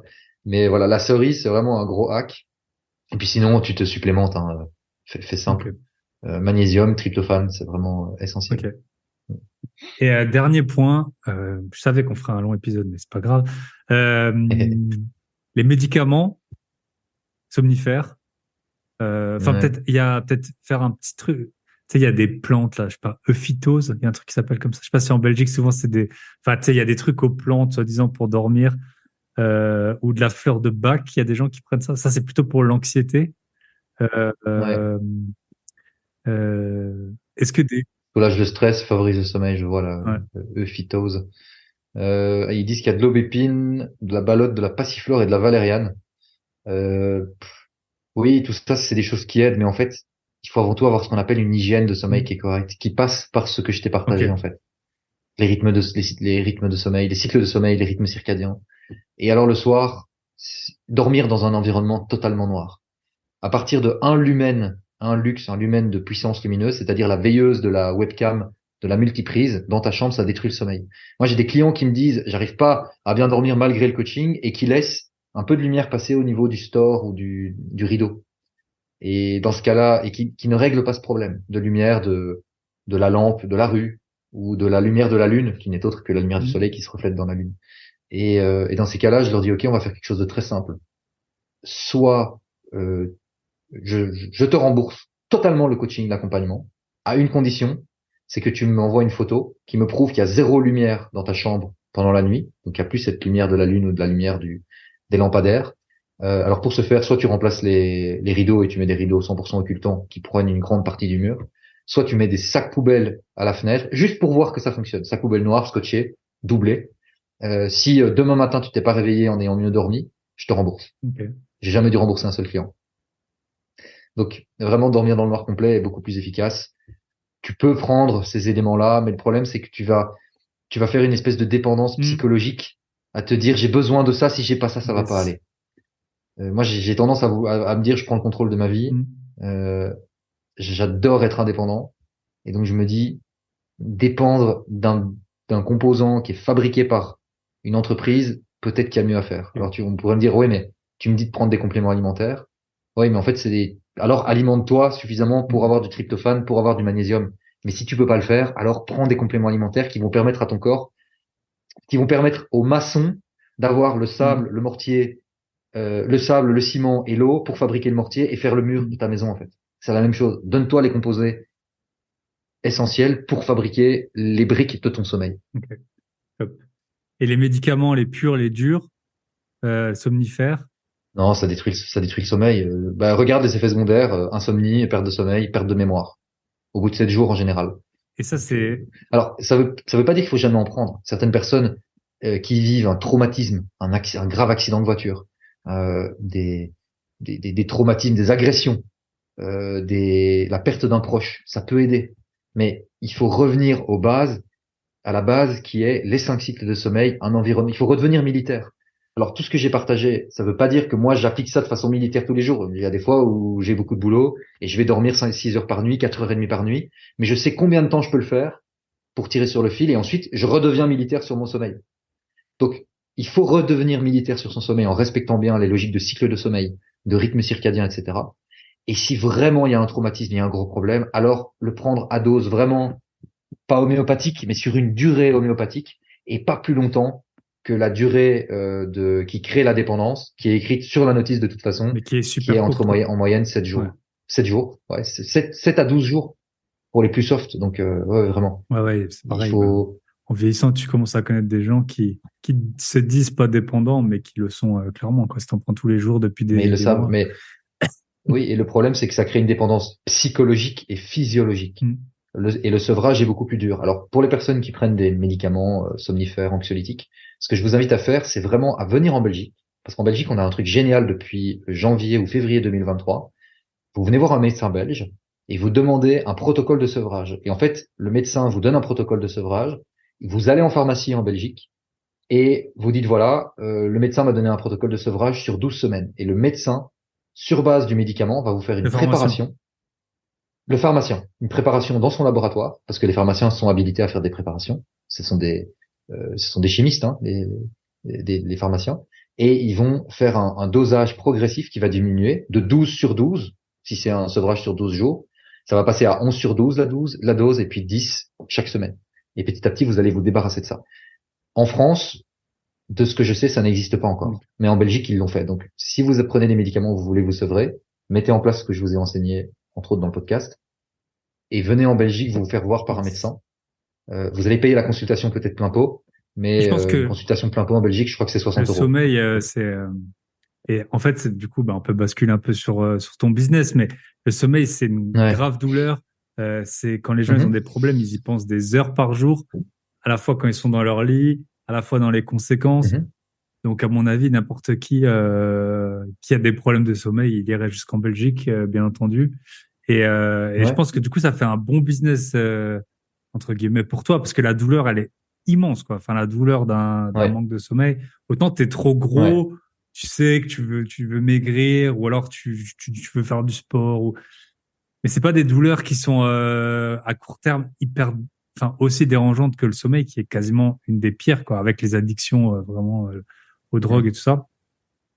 Tu peux peut-être nous raconter ton business, du coup, comment tu le développes, tu vois, comment là tu es sur ce podcast, là, ça se trouve tu auras des prospects. Je pense qu'il y a plein de gens qui ont des problèmes de sommeil, mais comment voilà, tu t'es fait connaître, comment est-ce que tu fais tu t'essayes de faire, parce que forcément ton temps il est limité. Est-ce que tu fais des sessions un par un, des sessions de groupe? Est-ce que tu as fait des choses en vidéo? Voilà, comment tu as développé un peu ce business une fois que tu as vu l'idée?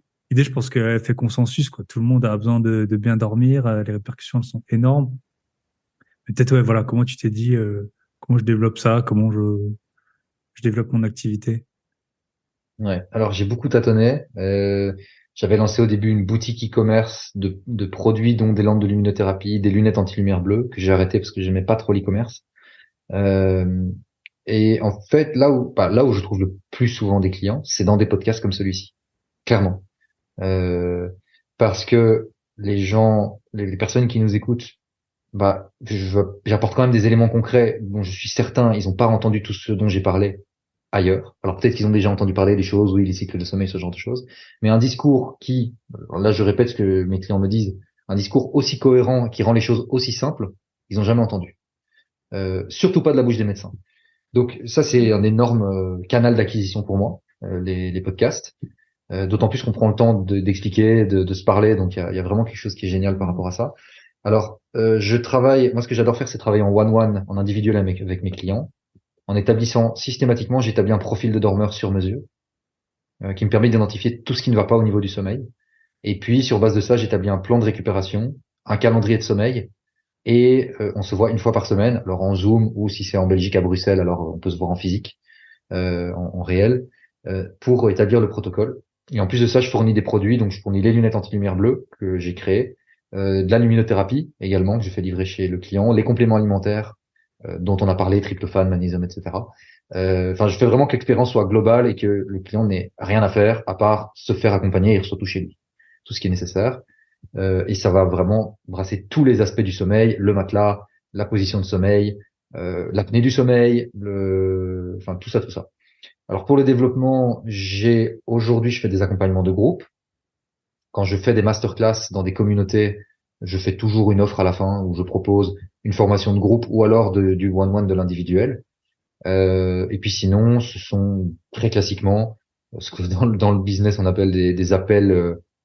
Comment c'était, des appels de closing en fait, où je prends le pouls de la problématique de la personne, je vois si elle a envie de se faire accompagner, si c'est adapté pour elle, si elle est prête à faire le pas maintenant ou peut-être plus tard, et puis après on commence à travailler ensemble après que le contrat a été signé, contrat d'accompagnement.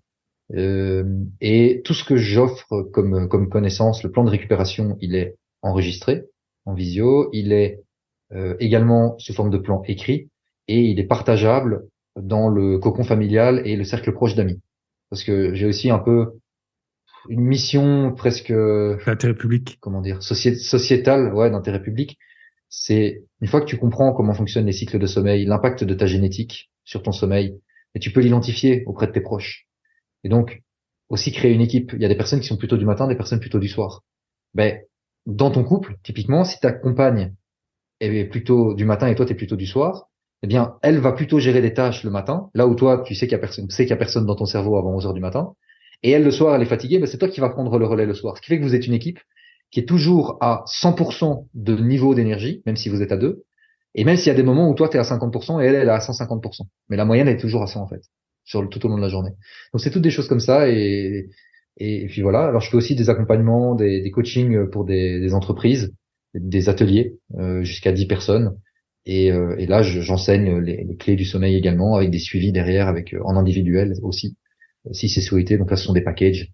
Et on discute avec les départements de ressources humaines en général, ou si c'est une petite entreprise, une PME, petite et moyenne entreprise, alors on fait un package directement, je discute avec le fondateur ou le dirigeant de l'entreprise. Et j'ai aussi une formation en ligne avec de l'accompagnement. Je tiens toujours à mettre de l'accompagnement Bien sûr. et à faire l'individuel. Ce que je fais aussi en immobilier, bien sûr. Voilà, je trouve ça important. Bien sûr, sinon les gens, enfin, voir des parce vidéos, que c'est pas du tout la même chose qu'être suivi et puis c'est ça. les résultats. Mais il y a toujours une base de connaissances qui est Bien générale. sûr. Et puis après, il y a ta situation unique. Ok, comment on fait dans ton cas? Et là, c'est vraiment le sur-mesure. Dans le coaching, alors one-one, qui va durer dans ce cas-ci 2 fois 30 minutes dans de la formation en ligne, qui est faite. Et j'offre aussi d'office en cadeau. Tous mes clients reçoivent une paire de lunettes anti-lumière bleue à porter le soir et une lampe de luminothérapie. Ok. Peu importe le produit que tu prends chez moi. Parce que la lampe, ça a rien à voir. Donc, ce que tu m'expliquais quand on s'est vu, c'était les lumens, lux. Le lumen, c'est la Ouais, voilà. puissance de la Et entre une lampe. lampe Oui. classique et Ah, rien à voir. donc le soleil, enfin, dans l'ordre de 10 000, 20 000, 30 000, c'est ça les ordres de Non, grandeur? non, non. 200 Ok, 000. 200 000. Le soleil. Une lampe, ça peut être Ouais. 100 ou 200, c'est ça à peu près? Une ampoule, ouais. En fait, ça va dépendre aussi de la distance à laquelle se trouve l'ampoule de tes Ok. yeux. Si l'ampoule LED au plafond émet 150 lumens et qu'elle est à 10 cm de mon œil, j'aurai 150 lumens environ qui viendront à mon œil. Si je suis à 1 mètre, j'aurai peut-être 30 lumens Ok. qui viendront au niveau de mon œil. Une lampe de luminothérapie, c'est un appareil de classe médicale. Donc c'est une certaine lumière qui est calibrée, il faut pas faire n'importe quoi. Et elle émet alors ça va dépendre le constructeur. Si elle est à 50 cm de toi, elle va émettre 10 000 lumens. Et 10 000 lumens, c'est le minimum qu'il faut pour que ton corps ait le signal suffisant en puissance, le signal lumineux suffisant pour produire la sérotonine en journée. Et donc avoir le signal chimique de réveil de ton cerveau Ok. et de ton corps. Et la synchronisation des rythmes circadiens. Ok. Et Donc quand tu es devant cette lumière, parce que c'est c'est vrai que vraiment c'est important. très éblouissant quand même, ce genre de lumière. Tu dois l'avoir de Ouais. côté, tu peux la regarder, il faut être quand même super prêt Alors, en fait. est-ce que quand t'es en plein soleil dehors, est-ce que tu regardes le soleil? Non. Ben voilà, c'est pareil avec la lampe de luminothérapie. Donc, t'as ton ordinateur devant toi si tu travailles, tu mets la lampe à un angle à 45 degrés à ta Ok. gauche ou à ta droite. Elle vient frapper la surface de ton œil avec sa lumière, mais tu ne vas pas la regarder Ok. directement. Non, mais c'est une question Et puis, que je me suis déjà posée non, parce c'est que pas une question con. C'est pas une question con. Non, ta question est très très bonne. Tous mes clients me la Ouais. posent. Non, non, la question est excellente. Et donc, tu ne regardes pas directement le Ok. soleil, donc tu ne regardes pas directement la lampe sur un angle latéral. Alors, attention, pour les personnes qui ont des problèmes de vue, qui ont eu une opération, par exemple, euh, au laser, par exemple, si vous portez des lunettes pour rectifier, parlez-en d'abord avec votre ophtalmologue parce qu'il est possible qu'il y ait des contre-indications pendant 3 mois, 6 mois, un an après l'opération. Ok. Donc, attention à ça. Il faut quand même faire attention à ça. D'une manière générale, demandez quand même l'avis de votre médecin avant d'utiliser ce genre d'appareil.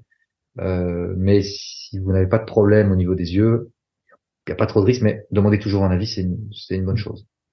Et petite question justement qui me vient par rapport au médecin. Mhm. Parfois, alors bon, l'avantage du sommeil, c'est que ça se voit. C'est comme parler une langue. Ça, si tu as étudié 5 ans d'anglais et que tu parles pas anglais, ça se voit, quoi. Donc, Mhm. mais comment ça se passe les relations? Parce que toi, c'est un peu, est-ce que c'est paramédical ce que tu fais? Est-ce que tu as besoin, je sais pas, d'agrément? Est-ce que tu as des médecins qui disent non, mais lui, faut surtout pas qu'il arrête? Est-ce que tu as déjà été en conflit avec eux? Enfin, comment ça se Non. passe? Ou est-ce que vous travaillez main dans la main parce qu'ils Alors, voient bien que, ça se passe, ça se passe très bien. Ça se passe très bien parce qu'en fait, je ne me substitue en aucun cas à un médecin. D'ailleurs, dans le contrat que j'ai avec mes clients, il est mis, je ne suis pas médecin. Euh, c'est du coaching. Il y a des bases de science. Je donne toutes mes sources de ce que je dis. Mais dans certains cas même, j'ai des protocoles que j'ai rédigés, que je dis aux clients, allez voir votre médecin avec ceci et demandez-lui son avis par rapport à ça. Et comme je n'empiète pas sur les plates-bandes du médecin, je vais jamais dire à quelqu'un qui prend des somnifères, ah, arrête les somnifères, c'est bon. Non, non, non, non. Tu vas voir ton médecin, tu lui demandes de mettre en place un protocole de sevrage, mais c'est lui qui va te suivre. Et moi, je suis là en, en backup pour t'aider à mettre en place les routines pour que, en même temps que que tu mets en place ton sevrage, tu es convaincu que quand tu n'auras plus ce médicament à prendre, tu fais tout ce qu'il faut pour générer un sommeil de qualité. D'ailleurs, je travaille avec des psychiatres et des psychologues, la Fédération suisse des psychiatres et psychologues. Ça se passe très bien. J'accompagne des psychiatres et des psychologues pour leur enseigner mes méthodes parce qu'ils me disent, le discours c'est toujours le même, c'est euh, les médecins m'envoient des patients et les patients, je n'ai d'autre choix que de leur donner des médicaments dont je sais pertinemment, parce que c'est écrit en grand partout, que ce sont des drogues qui leur créent une accoutumance ultra rapide. Donc, ces gens-là sont mes clients, ces psychiatres et ces psychologues. Donc non, ça se passe très bien. ok, Parce que je connais la limite et je sais que je suis pas médecin, en fait. ok, Et c'est pas du tout ma vocation. Pas du yes. tout. Et dernière question, après on va enchaîner sur l'IMO. Est-ce qu'il y a des, alors, est-ce qu'il y a des ça existe? Enfin, on va rester dans la loi normale, hein, on va pas aller à deux écarts types ou quoi, mais est-ce que il y a des gros dormeurs, petits dormeurs? Est-ce que si tu fais du sport ou même à très haute Mm, intensité ou que tu travailles beaucoup ou que tu as un métier physique, est-ce que en fait, mm. on a parlé des 6 cycles, dont les 5 la nuit. Est-ce que voilà, Oui. les gens qui ont besoin de dormir plus ou moins, ça existe vraiment? Mm. Sans Oui, mais parler des c'est, exceptions, je veux dire, est-ce que voilà, la moyenne des gens, ouais. enfin les gens normaux, quasiment tout le monde, c'est 8 heures. Et si tu dors, si t'as besoin de Non. plus, c'est que tu dors mal. Et si t'as besoin de moins, c'est que tu dors pas assez. En gros, c'est Yes, ok.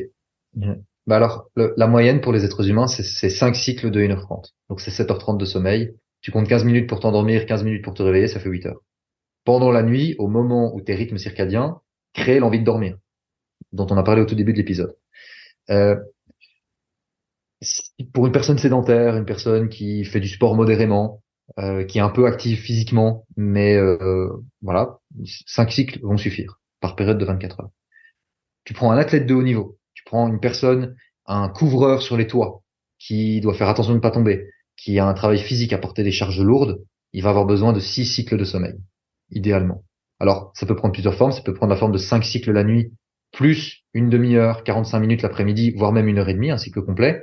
Et puis sinon, ça prend la forme de 6 cycles le week-end, les jours de repos, 5 cycles pendant la nuit, plus un sixième cycle complet pendant l'après-midi, au moment où on en a parlé, plus 7 heures par rapport à l'heure d'exposition à la lumière du soleil. Et, et voilà. D'ailleurs, il y a un article très marrant qu'un copywriter un journaliste avait très bien fait. C'était sur Ronaldo. Il disait oui, Ronaldo dort 6 fois par jour. En fait, c'est ça. Il parle des 6 cycles. Ronaldo, athlète de haut niveau, 6 cycles de sommeil. Ok. La moyenne, c'est 5. Tu peux te rajouter si tu as une grosse charge de travail et que tu es assez sédentaire, donc tu laisses ton corps assez tranquille. Tu peux rajouter une petite sieste de 25 minutes, une demi-heure l'après-midi pour compenser la charge mentale et ça ira très bien.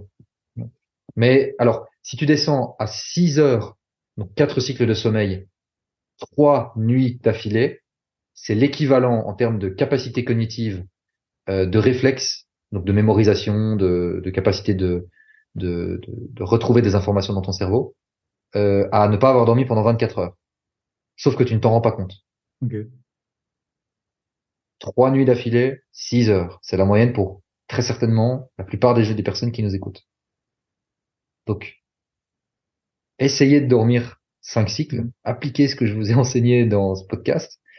Si vous voulez en savoir plus, venez me Bien voir, sûr. autopromo, et on en parle. Mais et puis sinon, j'ai aussi, tu me demandais comment j'ai développé l'activité, mon compte Instagram. J'ai beaucoup de réels avec très courtes vidéos. J'en ai toute une série qui va sortir là prochainement. Il y a beaucoup d'informations très utiles à mettre en place. Yes. Ok, on va aller sur la dernière partie, l'investissement IMO.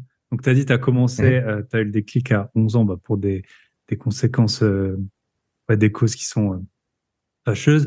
Après, maintenant, depuis que tu as 18 ans, tu as acheté de l'IMO. On en a parlé en off, là, on va pas aller forcément dans les chiffres. On avait parlé quand on s'était Ouais. vu que tu fais pas semblant. Tu peux peut-être nous raconter un petit peu comment tu cibles en Belgique. T'investis que Mhm. En en Wallonie. Wallonie. Est-ce que tu es dans plusieurs villes, une seule ville?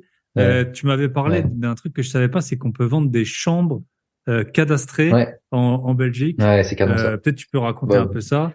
Et puis après, on va parler ouais, peut-être bien sûr. financement, frais et impôts. Enfin, tu dis ce que tu sais. On n'est pas là pour faire un Mhm. conseiller fiscal. Et voilà, c'est toujours Non, les non. questions qui reviennent, c'est fiscalité, emprunt et puis bien sûr les zones, quoi. Donc Yes.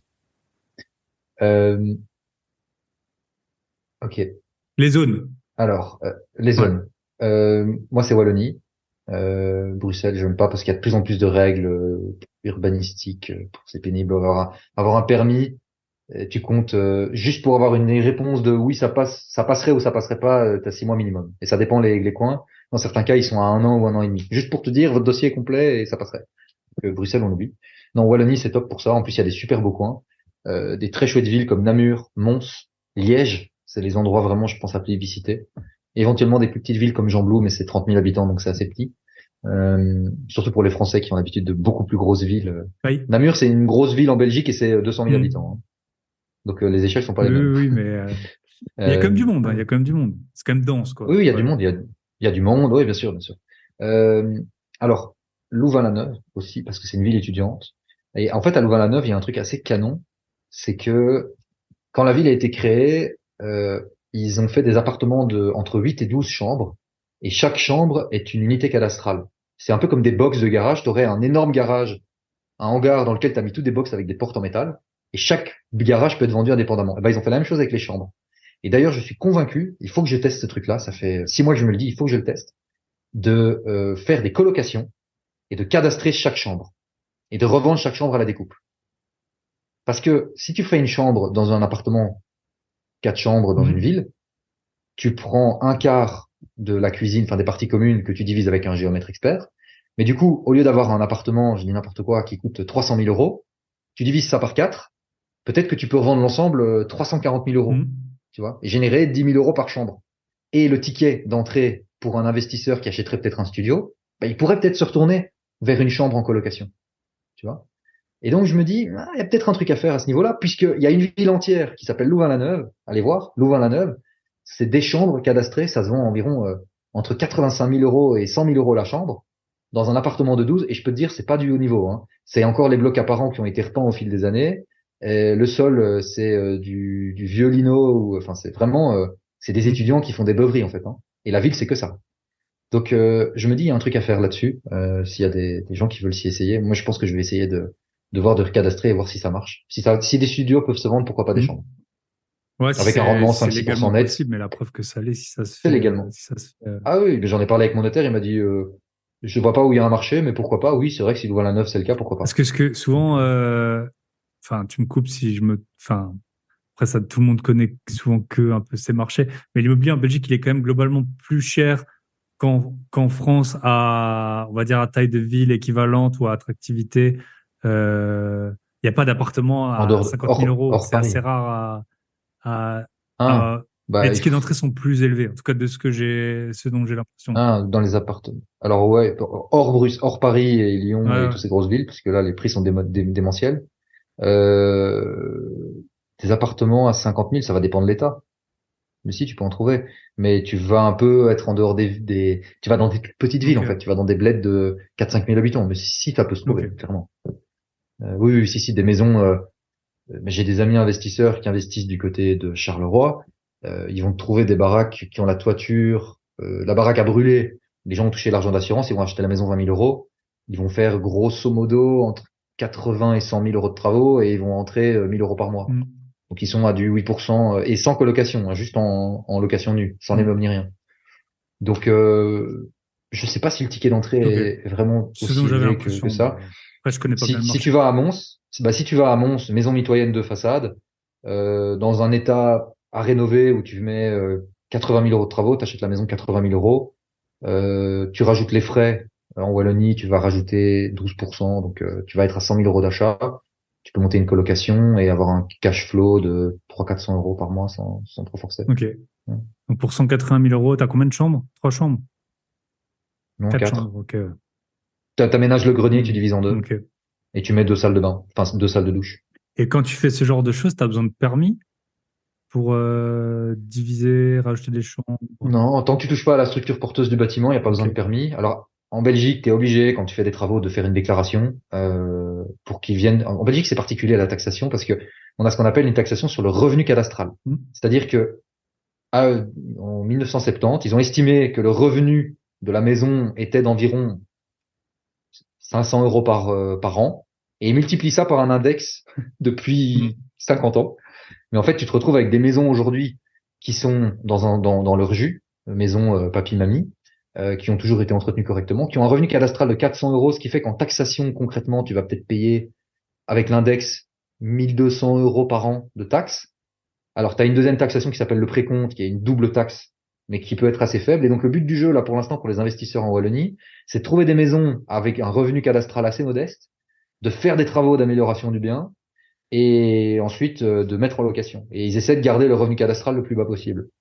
Euh, et donc tu peux t'en sortir avec des très très bons rendements. Et même si ton revenu cadastral est revu à la hausse, en fait ils font une déclaration en disant voilà je vais faire une maison de chambre. Ils font leur maison de chambre et puis après le cadastre a revu un peu à la hausse le revenu et puis voilà ils mettent en Et location. ça, en fait, c'est les Et seuls peut-être qu'ils impôts rajoutent que des tu chambres ou as pas, mais sur les loyers.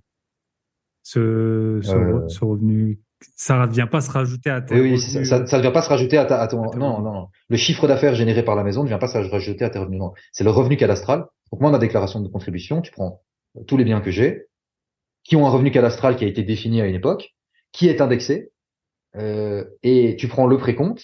Le précompte, je reçois un courrier tous les ans et je dois faire un virement sur un compte de Mm, l'État. Et le revenu cadastral, c'est dans ma déclaration de contribution. mm. Ok. Et c'est Ouais. Et si tu fais de la location meublée, normalement, tu dois déclarer le revenu des meubles. Mais il faut le déclarer, quoi. mm. C'est déclaratif et ont-ils des moyens de le savoir? Oui. S'ils regardent tes annonces que tu publies sur ImoWeb avec ton nom, etc. ImoWeb, Le Bon Coin, Mm. l'équivalent de Le Bon Coin. Ouais, donc Donc ce qui est voilà, marrant, c'est qu'en Belgique, on en avait parlé quand on s'était vu, c'est que quand tu fais du meublé, tu payes plus d'impôts que quand tu fais du non meublé, et que du coup, il y a même un petit hack de louer les meubles à part, alors que oui, qu'en tu France, les loues les gens meubles à part, meublent ouais. volontairement, et parfois c'est très, très embêtant. Il faut acheter les meubles, ils s'usent et tout, juste pour baisser les impôts. Donc là, on voit un peu la différence de Ouais, c'est régime différent. fiscal. C'est un autre mécanisme. Par contre, on a une taxation qui est plus élevée, hein. On paye 12% lors de l'achat. Ouais, les frais de À notaire Wallonie, c'est aussi. C'est ce que 12%. nous on appelle. À Bruxelles, c'est encore plus élevé. Enfin, c'est un délire, Tu quoi. les payes Donc, c'est une autre façon de faire les calculs de Ça. rendement, en fait. Tu payes beaucoup plus au C'est une début. autre structure de coût et donc le marché s'adapte différemment. Et en fait, tu payes autant d'impôts, peu importe le loyer. Par exemple, Ah, tu t'en fous? Ah oui. tu loues à 600 euros par mois, après à 800, ou une année, tu as 6 mois de vide, tu payes le même montant d'impôt, quoi. C'est un truc Ah oui, c'est forfaitaire. fixe. Alors, ce qui est intéressant, c'est que c'est prédictif. Tu connais ton revenu Mm. cadastral, donc tu sais dire combien ça va se passer. C'est pour ça que c'est assez intéressant, c'est que tu sais voir à assez long terme comment ça se passe. Et puis, c'est pour ça que beaucoup de gens font de la colocation en Belgique. Parce que du coup, ouais, Parce ta que base, tu rénoves ta maison, tu mets 4 chambres, et puis après, tu fais ok, tu payes autant d'impôts que si tu tu l'as fais ta loué popote. qu'à une seule personne. Mais quand tu fais des travaux et que tu aménages ton grenier, il y a une amélioration, et donc tu dois déclarer le fait que tu as fait ces travaux, et donc ton revenu cadastral doit augmenter Ok. mécaniquement. Après, moi, je suis pas dans les papiers de tous les Mm. investisseurs de Belgique. Je sais pas si tout le monde fait la déclaration. Mm. Mais il faut déclarer, il faut pas mentir à l'État. Yes, bien sûr, qu'on embrasse nos deux états respectifs. Ouais. On me fait des gros Et câlins. ok, intéressant. Et pour donc la taxation, on a vu. Pour le Ouais, financement, euh, je suppose que tu achètes c'est à devenu crédit, on en compliqué a là. parlé un peu rapidement. Ouais. C'est quoi les conditions qu'on te demande le plus souvent? Par exemple, tu vas acheter une maison à 200 000, euh, Mhm. on va dire 200 000 en tout, tu as 30 000 du coup, grosso modo de notaire, enfin 25 000 euh, d'enregistrement, pardon. Euh, Combien on te demande? En gros, est-ce que les frais, on peut les financer ou non? Et est-ce qu'après, on te demande de l'apport? Est-ce qu'en fonction de ton Ouais. patrimoine qui grossit, est-ce que tu as des limites d'endettement, des choses comme ça? Comment ça se Ouais, passe? t'as des limites d'endettement, mais pour aller les taper, t'as le temps d'acheter quelques Ok, biens. Euh, mais le taux d'endettement limite, c'est environ 33%. Mais après, si tu gagnes 3500 euros, il va monter à 40. Donc ça dépend de tes revenus aussi et ton reste à ok. vivre. Euh, alors, il y a deux cas particuliers. Soit c'est pour habiter pour toi, soit c'est pour de l'investissement. Si c'est ton premier bien que tu achètes en Belgique, il vaut mieux déclarer que tu vas y habiter parce que tu as un abattement fiscal.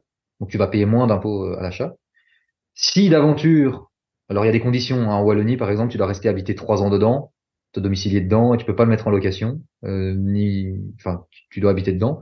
Maintenant, tu peux très bien décider de faire une colocation, d'habiter dans une partie de la coloc et avoir 3 colocataires qui vivent avec toi. Je connais des gens qui font ça. Sinon, le truc c'est que il n'y a pas d'amende si tu ne n'habites si tu finalement ton achat qui était avec l'abattement devient un achat d'investissement. Et ils ont aucun moyen de le vérifier. Sauf si tu enregistres tes baux, mais je sais qu'il y a des investisseurs qui n'enregistrent pas leurs baux. Donc en fait, euh, il y a moyen, je pense qu'il y a des investisseurs qui doivent s'engouffrer dans la brèche. Ça, c'est ton premier achat, Euh, en gros. ouais, le premier achat. Et donc là, t'as l'abattement. Et après, et donc tu as eu des frais. Et si jamais on te tombe dessus, tu dois juste rembourser ton abattement Mm. fiscal. Alors en Wallonie, l'abattement fiscal, grosso modo, ça va être 6 000 euros maximum, d'après ce que j'ai compris. Donc en vrai, dans le pire des cas, t'as loué ta maison, et si t'as loué en coloc, t'as rentré des loyers, tes loyers t'ont largement payé, même ton cash flow, le remboursement. Et là, dans ce cas-là, comme t'achètes en maison, en résidence principale, t'es moins à risque pour la banque, et donc elle est plus à même de te prêter 100%. Alors, en fonction du prix 100% d'achat hors frais. auquel, 100% du prix hors frais. oui, ouais, 100% ou 112% si tu montes à les Mm. 120% ou 125% en France. Mais les travaux, elles te les financent généralement, à moins que le montant des travaux soit égal ou supérieur au montant d'achat du bâtiment, parce que la banque prend un gros risque. Comment elle fait pour vendre le bâtiment si tu fais pas les Mm. travaux, tu vois? Il n'y a pas de valeur sur le marché quand c'est une poubelle. Donc là, il faut un peu plus négocier. Et puis, généralement, là, en ce moment, elles sont quand même assez touchy. C'est assez touchy, hein, de faire des emprunts. Il faut vraiment montrer patte blanche. Il faut cautionner, soit acheter des actions et les cautionner, les Mm. nantir à la banque, euh, pour avoir un apport, ou alors mettre en garantie un autre bien, ou faire un mandat hypothécaire. Je sais pas si vous avez ça en France, le mandat hypothécaire. Nous, on a des hypothèques, je sais Ah, pas, ben, ouais. en fait, nous, on a des hypothèques en Ouais. Belgique, sans doute comme vous, mais on a en plus de ça le mandat hypothécaire. Donc, imagine, et ça, c'est pour les investisseurs qui veulent enchaîner les biens sans revendre. Tu as acheté un premier bien, 200 000 euros. Tu as fait des travaux, tu as fait une plus-value latente. Disons que tu as 50 000 euros grâce aux travaux que tu as fait, tu as 50 000 euros. Si tu revends le bien, tu gagnes 50 000 euros. Et ben, ce que la banque va faire, elle va prendre environ 80% de ces 50 000 euros. Donc, elle va te prêter 40 000 euros. Mais ce qu'elle va faire pour se couvrir, c'est qu'elle va faire un mandat hypothécaire. C'est-à-dire que c'est un contrat que tu as avec la banque, dans laquelle tu as contracté, donc chez ING ou chez BNP. uniquement dans celle-là. Comme elle a déjà une hypothèque, elle n'a pas besoin de réenregistrer une hypothèque parce qu'elle sera mise au courant si jamais tu ne payes plus tes traites, tes remboursements bancaires. Et donc, c'est en fait un bon pour déposer une hypothèque si tu ne respectes pas certaines conditions. Ok, Et ça coûte beaucoup moins cher parce ok. que c'est un papier qui coûte entre 500 et 1000 euros. C'est juste des frais administratifs que la banque te facture. Et donc, tu économises des frais de réhypothèque qui sont de 1% de la valeur de ton bien.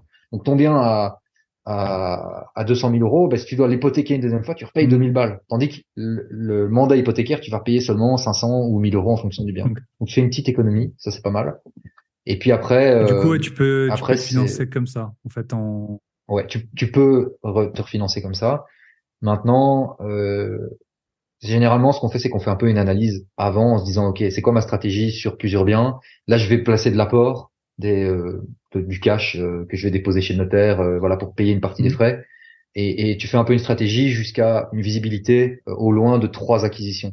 Parce qu'en fait, quand tu fais 3 acquisitions rentables, ce qui se passe, c'est quoi? C'est que tu as du cash flow, donc tu rentres de l'argent tous les mois en plus, qui te fait de l'apport pour acheter d'autres biens. Et puis, si tu fais des travaux, si tu fais ça plutôt bien, bah, tu as une plus-value latente, et donc tu fais un mandat hypothécaire où tu peux éventuellement réhypothéquer. Et puis tu peux éventuellement voir avec le bien de papa-maman ou le bien de papy-mamie, voir s'ils peuvent te prêter de l'argent aussi sous seing privé en Belgique. Tu peux faire un contrat. Si moi je viens de voir demain et je te dis, écoute, j'ai besoin de 10 000 euros pour un projet, on fait une reconnaissance de dette sous seing privé. Si tu veux, on va chez le notaire. Pour 50 euros, on l'enregistre chez le notaire. Ça reste sous seing privé, mais c'est juste que si moi je te fais faux bon, en fait c'est enregistré chez un homme de loi qui représente la loi avec un grand L. Et là-dessus, on peut se décider, je te mets un taux d'intérêt, tu vois. Et donc, tu es un peu hors des radars de la banque. Et donc, toi, tu as un rendement sur ton cash, 5-6%, on peut se mettre d'accord, tu vois. Si tu as l'accord de prêter à 2%, avec plaisir. Et puis après, tu vas après de la banque, tu dis, bah, j'ai 10 000 euros, tu Mhm. vois, d'apport. Et donc, et tu rentres ça dans tes budgets, ton tableau d'investissement en disant, bah, je vais devoir rembourser à Thibaut X son capital plus les intérêts. Je mets ça dans mon tableau d'amortissement. Il faut vraiment que je fasse un achat rentable. Donc, il y a toutes des astuces comme ça qui existent. Euh, mais là, c'est devenu assez compliqué. Et sur du bien d'investissement, généralement, la banque te finance à hauteur de 80% de tes loyers et ne prend pas en compte le Airbnb, le revenu du Airbnb, ni de la colocation. Donc, Et 80%, tu veux dire du bien, 80% du bien. du bien, Ok. ouais. Donc, tu dois amener 32% sous forme nantie ou sous forme de cash. Après, ça dépend de ton salaire, ça dépend si tu as démontré que tu étais capable si t'es à ton quatrième bien, à chaque fois tu fais une plus-value, l'expert de la banque vient et se dit, ouais, à chaque fois que le mec il fait des travaux et il gagne 20 000 euros ou 30 000 euros, bon, bah, à un moment, le banquier il se dit, OK, vas-y, je vais lui faire confiance. Ou tu passes chez un courtier si tu commences à être un peu plus, un peu trop à risque, au taquet de ta capacité. Mhm. Mais puis sinon, tu revends un bien, tu rentres du cash. Tu demandes un portage de crédit. En Belgique, on a ça, c'est-à-dire C'est que une sorte de transfert. ouais, c'est ça. En fait, tu négocies que pendant un an, tu ne payes que les intérêts. Donc, tu revends le bien que tu avais acheté. Tu gardes ton prêt et tu ne rembourses que les intérêts pendant un an. Et tu as un an pour acheter un autre bien avec ce Ah, crédit-là. les mêmes conditions. Et tu gardes ton crédit en Ok. fait. C'est ça qui est top. Et donc, mais ça se négocie avec la banque. C'est-à-dire qu'il n'y a pas d'interdiction légale pour la banque de le faire. D'ailleurs, j'en ai parlé avec mon notaire, mais c'est pas encore très clair pour moi parce que je suis pas sûr qu'il a bien compris la question. Mais je pense qu'il y a même moyen de racheter un bien immobilier de quelqu'un et de racheter le crédit de cette personne. Mhm. Donc, imagine, tu as un couple qui divorce, qui a acheté sa maison ou son appartement, qui a acheté à un taux à Mhm. 1%, à l'époque, il y a 4, 5 ans, 6 ans, ou 1,5% ou 2%, enfin plus bas qu'aujourd'hui, il y a peut-être même moyen de négocier avec la banque pour récupérer le crédit en même Mhm. temps. Ce qui fait que la banque n'a pas de paperasse à faire. Mais juste tu payes des frais de transfert que la banque va te facturer, 1000 euros, 1500 euros. Franchement, à 1500 euros, tu les Ouais, bien lâches, hein, sûr, vu la avec la différence. différence de taux. En Belgique, je pense qu'il n'y a aucune interdiction. C'est juste que tu es un peu un original quand tu viens avec Mhm. cette idée-là chez le banquier. Il faut quelqu'un qui comprend et qui va comprendre l'idée, en fait. Mais ils vont pas avoir envie parce qu'eux, ils préfèrent te refinancer un projet à des taux Ouais. plus élevés, Mais tu peux leur dire etc. et que du refaire coup, des tu frais. vas ailleurs, malheureusement. Oui, Mhm. mais Oh, qu'est-ce qui dit que ça va ouais, bien marcher? Donc, il sûr. faut vraiment avoir la conviction que c'est possible et que si c'est pas lui, ce sera un Et autre, je tu vois. pense, tu vois, en Euh, France, alors là, je connais personne qui l'a fait, c'est beaucoup trop tôt et faudrait voir hum, notamment avec les histoires de caution perso. Mais tu vois, on a beaucoup de biens en société parce qu'il y a un hum, intérêt de transmission également, mais souvent c'est pour les impôts. Et en fait, c'est la société qui est débitrice ouais, du prêt. Donc, si maintenant tu voulais hum, vendre ta société, genre même une SCI, tu hum. je pense que légalement, alors après, souvent c'est le diable dans les détails, mais tu pourrais racheter la SCI de quelqu'un avec ses taux à Ah oui, mais ça en Belgique, 1%. ça se fait. Ah oui, Après, il faudrait en voir Belgique, juste ça se fait. les déchéants. Il Ben, faudrait que la banque, quand même, elle annule. Enfin, alors, soit tu connais super bien le vendeur, bon, mais en général, tes hmm, cautions perso en plus. Donc, faudrait pas que toi, tu commences à racheter, tu vois, faudrait se mettre d'accord sur ce point ouais, de détail précis. Mais sinon, c'est vrai hmm. il y a un marché qui vient d'exister, qui n'existait pas il y a un an, quoi, clairement. En Belgique, ça existait, hein, ça. Ce que Ok. tu décris là, moi, j'ai déjà vu de nombre de bâtiments que je vois, sociétés à vendre, même des sociétés qui ont un immeuble ou deux Hmm. immeubles. Ils ont vidé la société de toutes ses activités. Il y a un avocat fiscaliste qui est passé, qui s'est assuré que toutes les activités, il n'y avait pas de dette. Il y a un comptable, il y a toutes des démarches Hmm. qui sont faites. Et dans ce cas-là, c'est juste deux avocats c'est une cession de Hmm. société, donc il n'y a même pas besoin de passer devant un notaire dans ces cas-là. Juste une Ouais. inscription, mais c'est vraiment simple. Et tu rachètes la société avec son immobilier. Oui, oui, ça se faisait déjà Avec avant. l'immobilier, ça, il n'y a pas de problème, c'est les dettes, quoi. À voir comment elles sont Oui, oui, garanties. mais Ouais, là, c'est un ouais. Ouais. risque. C'est un risque et il faut un avocat qui va fouiner et qui va contacter les anciens clients, s'assurer qu'il n'y a pas de dette, Hmm. etc. Parce que quand tu reprends la société, tu Ben, reprends les bien dettes sûr, ouais. aussi. Hein. Ah, ça, oui, c'est clair. Hmm. Donc, il y a un risque à ce niveau-là, mais oui, clairement, ça se fait, ça existe, ce Yes. mécanisme. Et en plus, en Belgique, quand tu achètes une société, alors, j'ai mis un petit doute, mais T'as des... la personne qui est intéressée par ça, qu'elle vérifie, tu vérifies. Il y a pas tu paies pas les frais, les droits Ouais, c'est pas les d'enregistrement à mêmes, en l'État. tout cas. Souvent, c'est pas les mêmes, ouais. Quand tu rachètes Ouais. des parts, Donc, ils ça a sont aussi un beaucoup moins intérêt. élevés que quand tu rachètes de l'immobilier. Ouais. Yes. Ok. Ben, très intéressant. Et ta stratégie pour le futur, comment tu la vois, ta stratégie d'investissement immobilier? Est-ce que tu veux toujours plus de l'eau?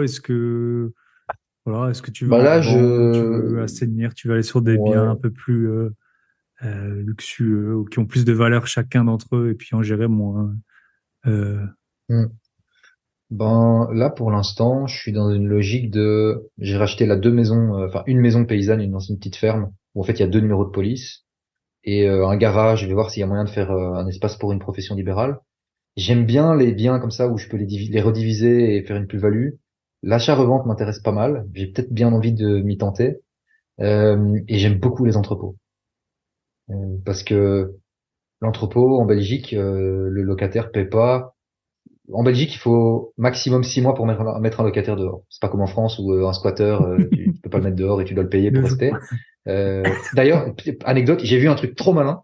C'est un propriétaire qui a ses locataires qui ne payaient plus et le propriétaire est devenu Ouais, squatteur de son j'ai appartement. vu l'article passer. Ah, Du génie. Il a non, mais retourné le le truc. truc, Du génie. ça m'a fait penser Euh, à Dubaï, il y a une piste de ski. T'as déjà vu, t'as ça sur Insta. À Dubaï, il y a une piste de ski qui est rafraîchie. Dans la piste, il y a un bar qui est chauffé. Dans le bar, il ouais, y a un frigo, tu vois. il y a un Genre, frigo. mais là, les, les, les poupées russes, Mais quoi. c'est ça. Mais donc en Belgique, il faut 6 mois maximum pour mettre un locataire dehors, avec le juge, la justice, l'huissier de justice qui débarque avec la Hmm. police. Donc et ils le font. Euh, mais ce que j'aime bien avec les garages et les entrepôts, c'est que en fait, tu peux mettre dans ton contrat que si la personne ne paie pas son loyer pendant 30 jours, tu lui notifies par recommandé avec accusé de réception, et 30 jours plus tard, donc au bout de 60 jours, tous les affaires qui sont dedans sont évacuées aux frais du locataire. Tu as le droit de revendre les affaires du locataire et de tout mettre à la poubelle et lui envoyer la facture. Et de reprendre possession des lieux, quoi. Et de reprendre possession des lieux et de remettre en location. Donc, t'as pas de douche qui se fuit, qui se bloque, qui se bouche.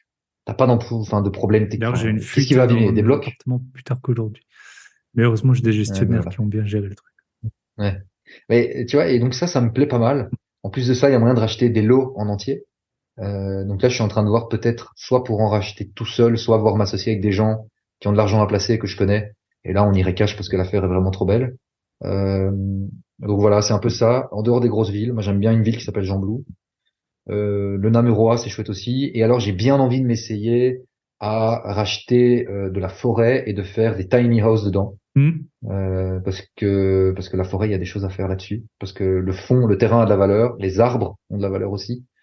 Et tu peux vendre des super chouettes expériences aux gens, euh, Pour des, pas loin de l'endroit où je me hmm. trouve, pour des sommes Tu peux assez faire des conséquentes, très quoi. gros 200 € loyers la avec nuit. des biens, enfin des biens, je sais pas Ouais, si on peut appeler ça, mais genre des pas cabanes et tout ça typique. qui sont beaucoup moins Ouais. chers que si tu achetais un appartement, En, quoi.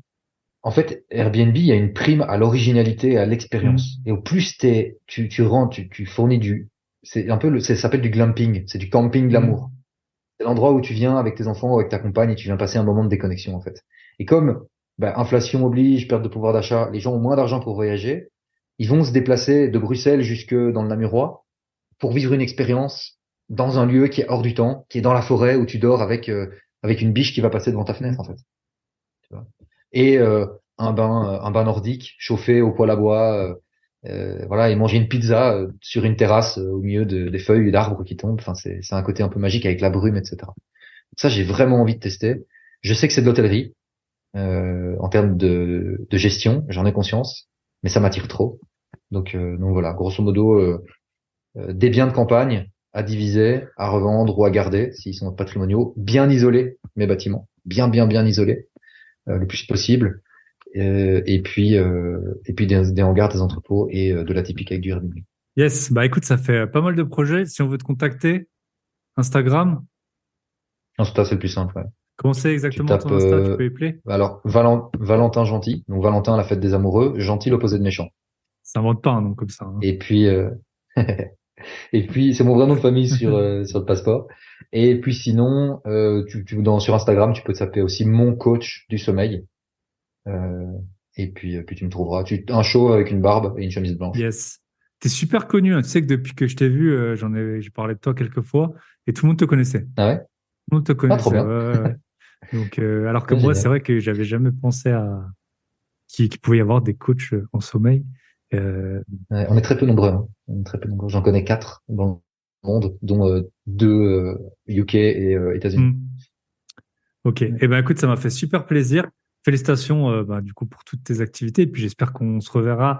Je passerai vous voir de Ouais, nouveau, avec plaisir. Romain et toi, Ouais, viens en Belgique avec plaisir. Dis-moi quand tu viens et on fera ça. on pourra, si tu veux, on peut organiser des visites de biens immobiliers aussi pour que tu vois un peu à quoi ça ressemble Yes. le marché là-bas, Bah ouais. si ça Trop t'amuse. bien.